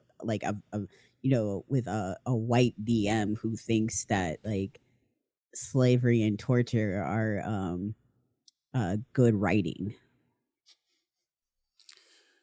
Yeah. For it to like make the environment feel real. Oh goodness, because I'll tell you right now, I don't need that. It's fine. Nothing seems more valid with the inclusion of atrocities. Well, all of my favorite DMs, because like I play a lot of D&D. A lot of my favorite DMs are like, what are your no-nos? What are the things that you don't want in the campaign? And I'll tailor it. And so like, me and my Black friends are always like, we don't want slavery. Like we don't want to engage with, like, we don't want there to be just like slaves in the game, because like in the campaigns, like even in like some of the campaigns, like that there are just slaves around. And so like a lot of like me and my Black friends are just like, we don't want that. And then I found out that like through playing like one of the campaigns, there's like an option where like there's like a way of like handling a villain, and it was like and like it was one of those where like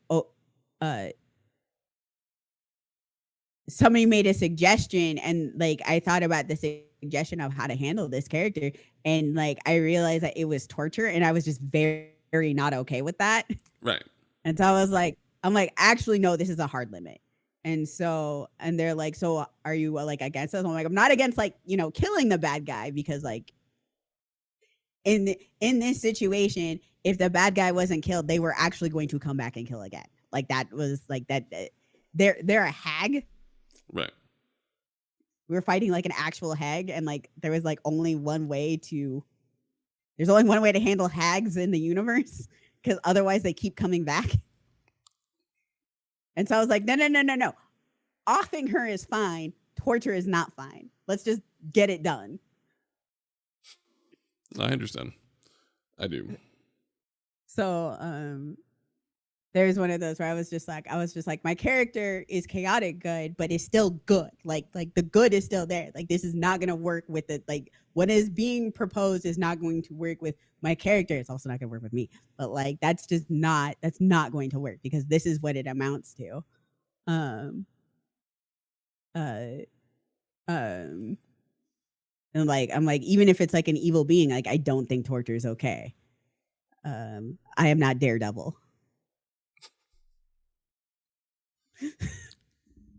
I will never stop Daredevil slander, because it's not slander. It's truth. Fuck Daredevil. So like, and you know, there's other stuff. Like I had it was actually the same campaign where I was just like, I had to think about it, and I was just like, I'm okay with bugs, but I can't do detailed descriptions because of my entomophobia is super bad. And there are some parts of the campaign where like you can't get around that. And so my DM would be like, take off your headphones, because we were doing it online. And I was like, cool. And then they would like wave at the screen when it was fine and be like to my character, and you see nothing. And you see nothing. Like you don't see anything. There's nothing there. So like they made it so like my character does not perceive any bug or insect or spiders or anything. They don't. My character, they don't exist in my character.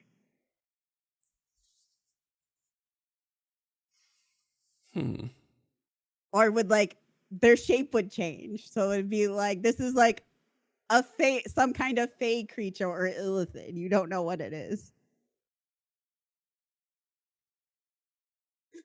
Disassociation for my character. Let's go. The last thing I'll ask is, how do you think that they write a situation like, how do you think they write certain let's say what you were telling me about the slaver earlier. How do you adjust that?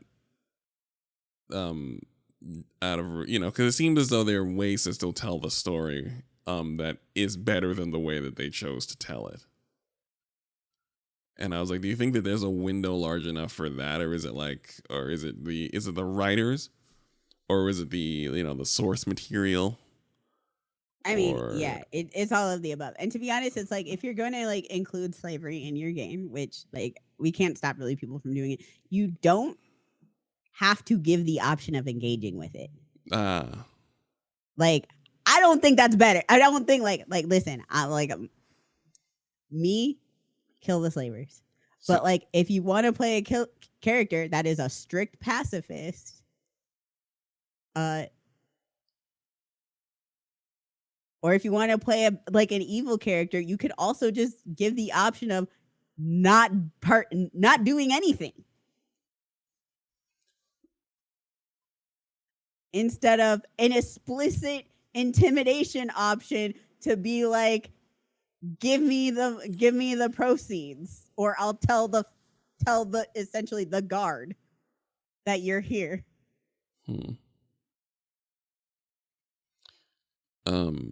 Like you don't. That's not necessary. I thought, well, there are different games. And oh yeah, there's also like a persuasion option too, where you can be like, I want you to free that person, and in response, they're like, here, I'm giving this person to you for free. And I'm like, that's not what I was doing.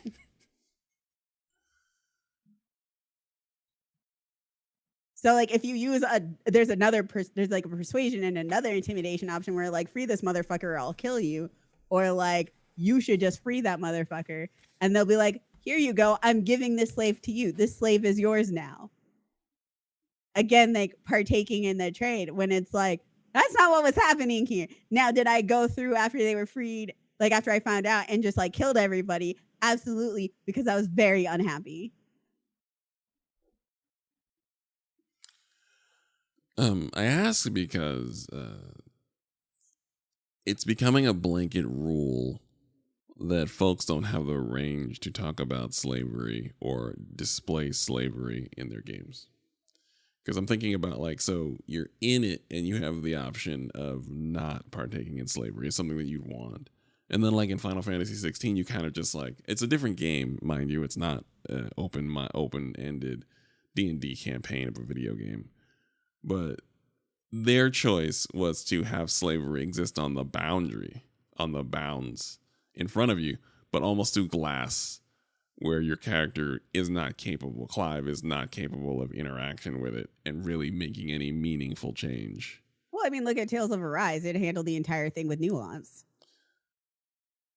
Okay, that's good. I'm gonna actually make that. I'm gonna make that note because I remember I was actually shocked that that game came out of a Japanese studio. I was sitting there. I was like, I did not expect like one of the most like actual well thought out and nuanced takes on slavery in a video game to come from a Japanese studio, because they can't do that either. Now, I'm not saying it was perfect. It was not. There were a lot of pink flags, as I'm calling them. Not fully red flags, but like washed out. Like they went through the washing machine several times. Some faded red flags. Some faded red flags, like some old ideas, and also a lot of like optimism that I just don't have. And very anime, but it was still like, you know, one of the things I appreciated about it greatly was like at no point does it excuse, there's 0 point in the game where they excuse what happened. And you know, they do talk about, they're like, you know, people are gonna have to live next to each other, and now what? Like, how do you live next to a person who's abused you your entire life for centuries, killed your family even? Like, how do you do that? And the game doesn't give an answer. Like, of course, like the only like answer is like, if we all work together, hopefully we can like make a better like I said, optimism I don't have. But it's also designed for teens, so there's some Japanese game designed for teens, etc. But again, like there was actually like actual thought that went into it, and I'm not against that. I think this data I'd like to collect, because I'd like to know what games have a reasonable slave narrative. Because I don't think that most writers have the range, in my experience. No, why don't they, Aaron? Because they're not Black or connected to the Black experience in any meaningful way, and are throwing slavery on like seasoning onto a chicken cutlet, and not actually anything meaningful that forces them to reflect on how they are currently living. You know, and like other stuff, what they use is they also try to make like analogies to it. Like you see this a lot with like magic users or fucking robots. I'm so tired of the android slavery narrative. I remember the last Deus Ex game did that. It was a game that took place, and it was trying to do the slavery. I remember it was that game that actually had like the Robot Lives Matter advertising campaign before it got removed, before it got yelled at and told forced to stop doing that. Where the core narrative was that they had actually made a city for folks with robot parts, because everyone with a cybernetic implant was activated by the guy who created them. He hit a kill everything button in all of his parts, and everyone with a cybernetic implant started beating the hell out, killing everyone around them for a bit. And as a result, everyone with cybernetic implants are rounded up into a city and treated like second and third class citizens. And they are trying very hard to connect that to the Black experience, missing the fact that Negroes don't have a kill button. We don't have a kill button. We don't have a kill button, you see. So it's like, again, it's the hardest thing for slave narratives to get, is that the slaves didn't do anything wrong. Right. Oh, and like circling this back to the Dragon Age conversation is, you know, they're like, well, mages are slaves. No, mages can turn into literal, again, not figured, literal yes, demons that eat people and enslave people. Yes, they're actually dangerous. They're actually dangerous. Black people were not. We're not actually dangerous. There is no amount of fried chicken you can give me that will turn me into a demon, in which I will start beheading people. No amount. It wasn't just they might be dangerous sort of thing. They don't know their own. No, they actually would get corrupted by demons, turn into abominations, and then murder people. The entire thing that happened in the Mage Tower in like the first fucking game is, even in the second game, like there are literal abominations in all games of mages turning into that. Like that is an actual thing that happens.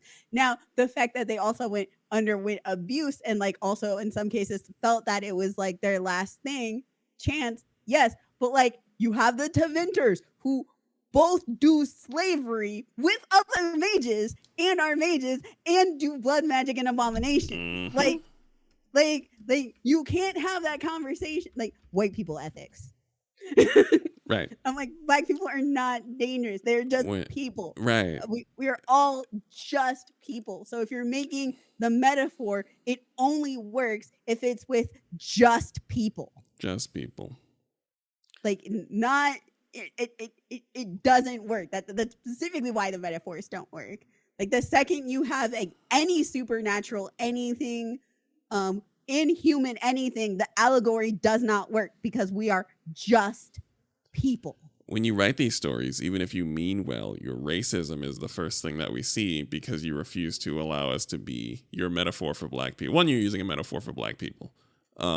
Two, Instead of just black instead people. of just black people. One, and two, you're not allowing them to be considered innocent. Even in your understanding of what a black-like person or a black adjacent character creation is, they're not innocent. Which means you agree with the racists. You agree with them.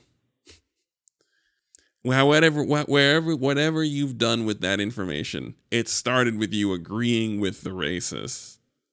And then your information and understanding evolved from agreeing with racists foundationally. And that's what we see. So understand that if you are white and listening to this, and you are writing a story and listening to this, and it might involve slavery, and you're listening to this, listen to this.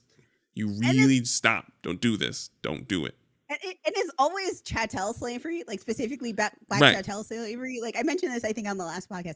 There are so many instances across the world of slavery. Now, I don't think it is right, but everybody hones in on specifically black chattel slavery. Black slaves were the only legitimate dangerous slaves because we were from the smoky lands of Africa.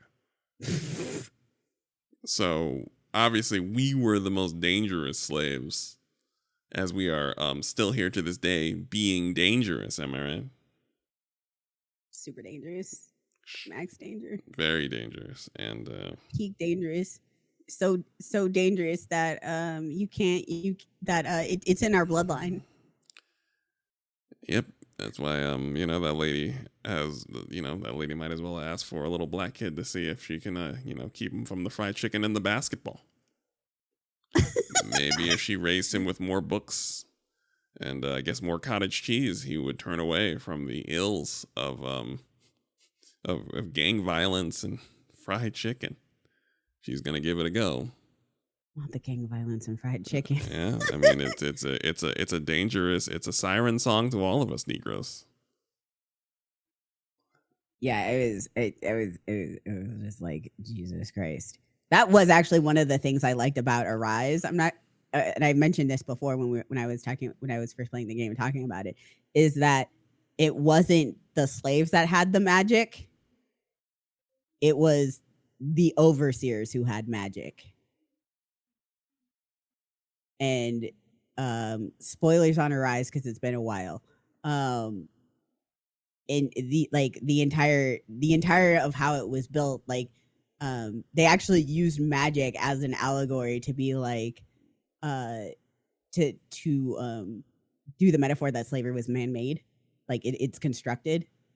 The power dynamics, the differences were between it was all man-made, because the way it worked out is that another deity, like not even a deity, it was like another race. Essentially what they did is that they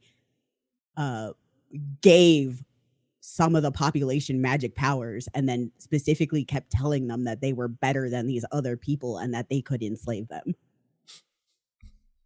Like the entire thing was constructed. The entire power dynamic between everybody was 100% constructed. And then there were like natural magic users who like lived on like this planet with, the slaves, and they systematically hunted those people down because you can't have this construct work if there are natural magic users born within the people. So yeah, they went through and they like specifically like hunted them down because they're like it broke the construct that they were going. So they were specifically creating this society to keep, because it's all one race of people, right? But they created the idea of like separate races specifically to create a power dynamic so they could funnel resources to them.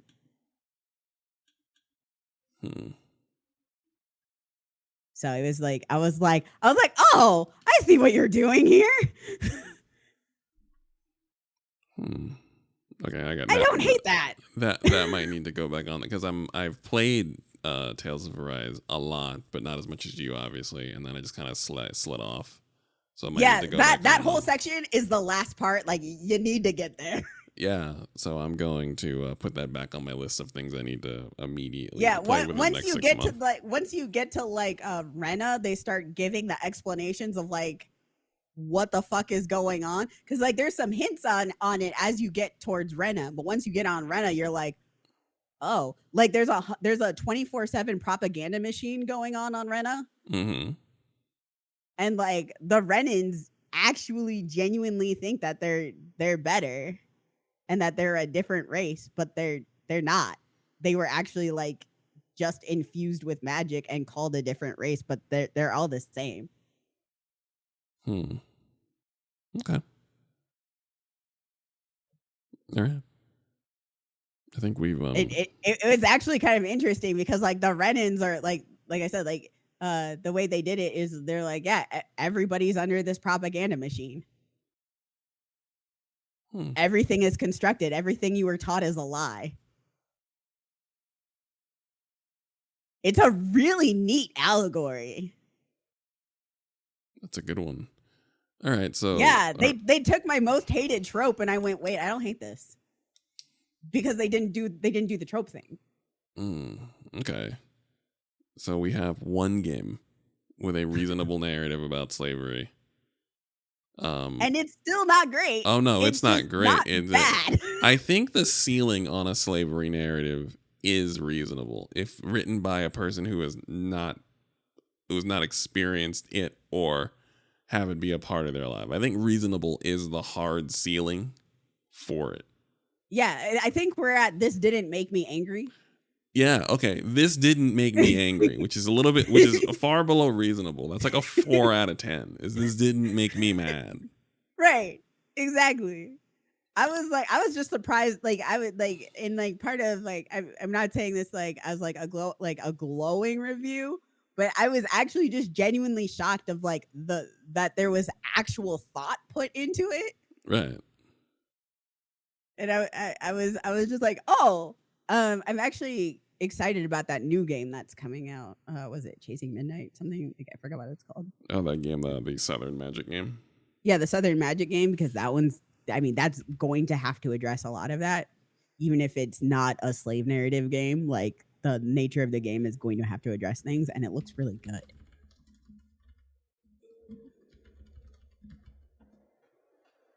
It's called Southern Magic. Oh wait, no, South of Midnight. South of Midnight. See, this is what happens when I'm in a flare. But you were able to parse what I was putting down. Well, of course, that is why we are a team. I understand. Yay. South of Midnight. All right. I think this is a reasonable. I don't know if this would count. I don't know if this would count as a writer's seminar because we just told white people to not write stories about slavery. You don't have it in you and you're not capable of doing so. But that's informative. And it could save a white person a lot of money and a lot of trouble.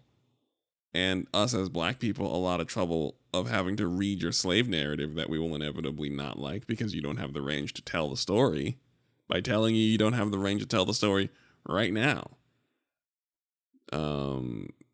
and we're just going to start off with so we've got it. We've challenging your ability to write the story of slaves as innocent people, especially if you're choosing to make metaphors for black people. The idea of metaphors for black slaves is already cowardly anyway, looking at you, Final Fantasy 16. Oh my god, that game makes me so angry. So Everything mad. about that game still makes me angry. Right. And you don't have the range because you then you can't make the metaphor for black people, innocent people, which is all these games where all the enslaved people have actual legit points of danger. Like the fact that why is this a reality's Elon Musk equipped with a kill everything button for everyone with one of his products installed? That's a bigger problem than trying to isolate a group of humans. Wait, I'm sorry, he has what?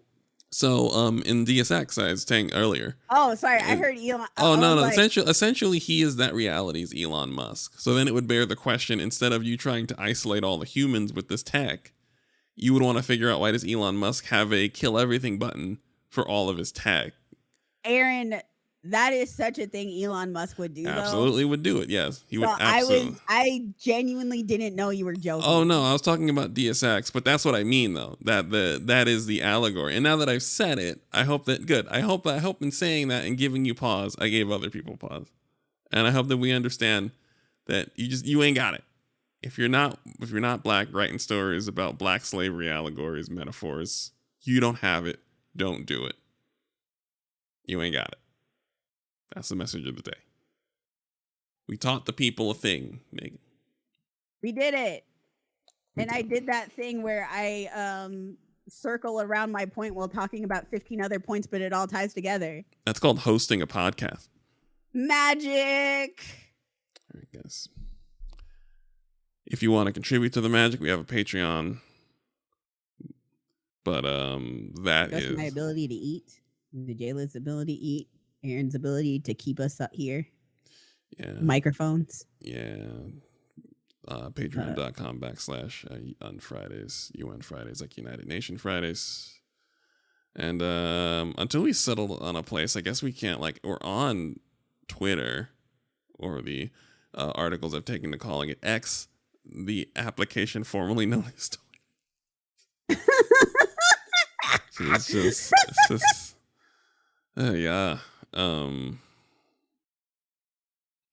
Yeah. So you can find us on the application formerly known as Twitter at UN Fridays as well. I am on Blue Sky if you're a person who is on Blue Sky. Yeah, I'm not. I said this. We're scattered to the. Yeah, we're so scattered. I'm still waiting for Hive to get a browser option. Not Hive, sorry. The other one, the black one. Spill. Yeah, listen. Spill is not even Spill doesn't even have a Android version of itself. So yeah, they're working on the browser version first, and then of course they are because of that weird iPhone Android thing. Either way, we're on things. We're in a tough spot in terms of social media. So we're going to try and piece it together. But that's for another day at the beginning of another episode. When we square it all away, we start popping up on other stuff.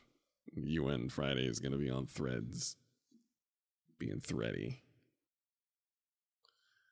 But until then, we're going to hit the road. Thank you guys for listening. And do not engage in your slave narratives. If you are not black, do not do it. You cannot do it. They're going to do it more because white folks don't like hearing that shit. So they're going to do it. Whatever. Anyway, good luck out there, white folks. Have a pleasant day. See you guys next week. Go ahead, stand up, stand up, stand up.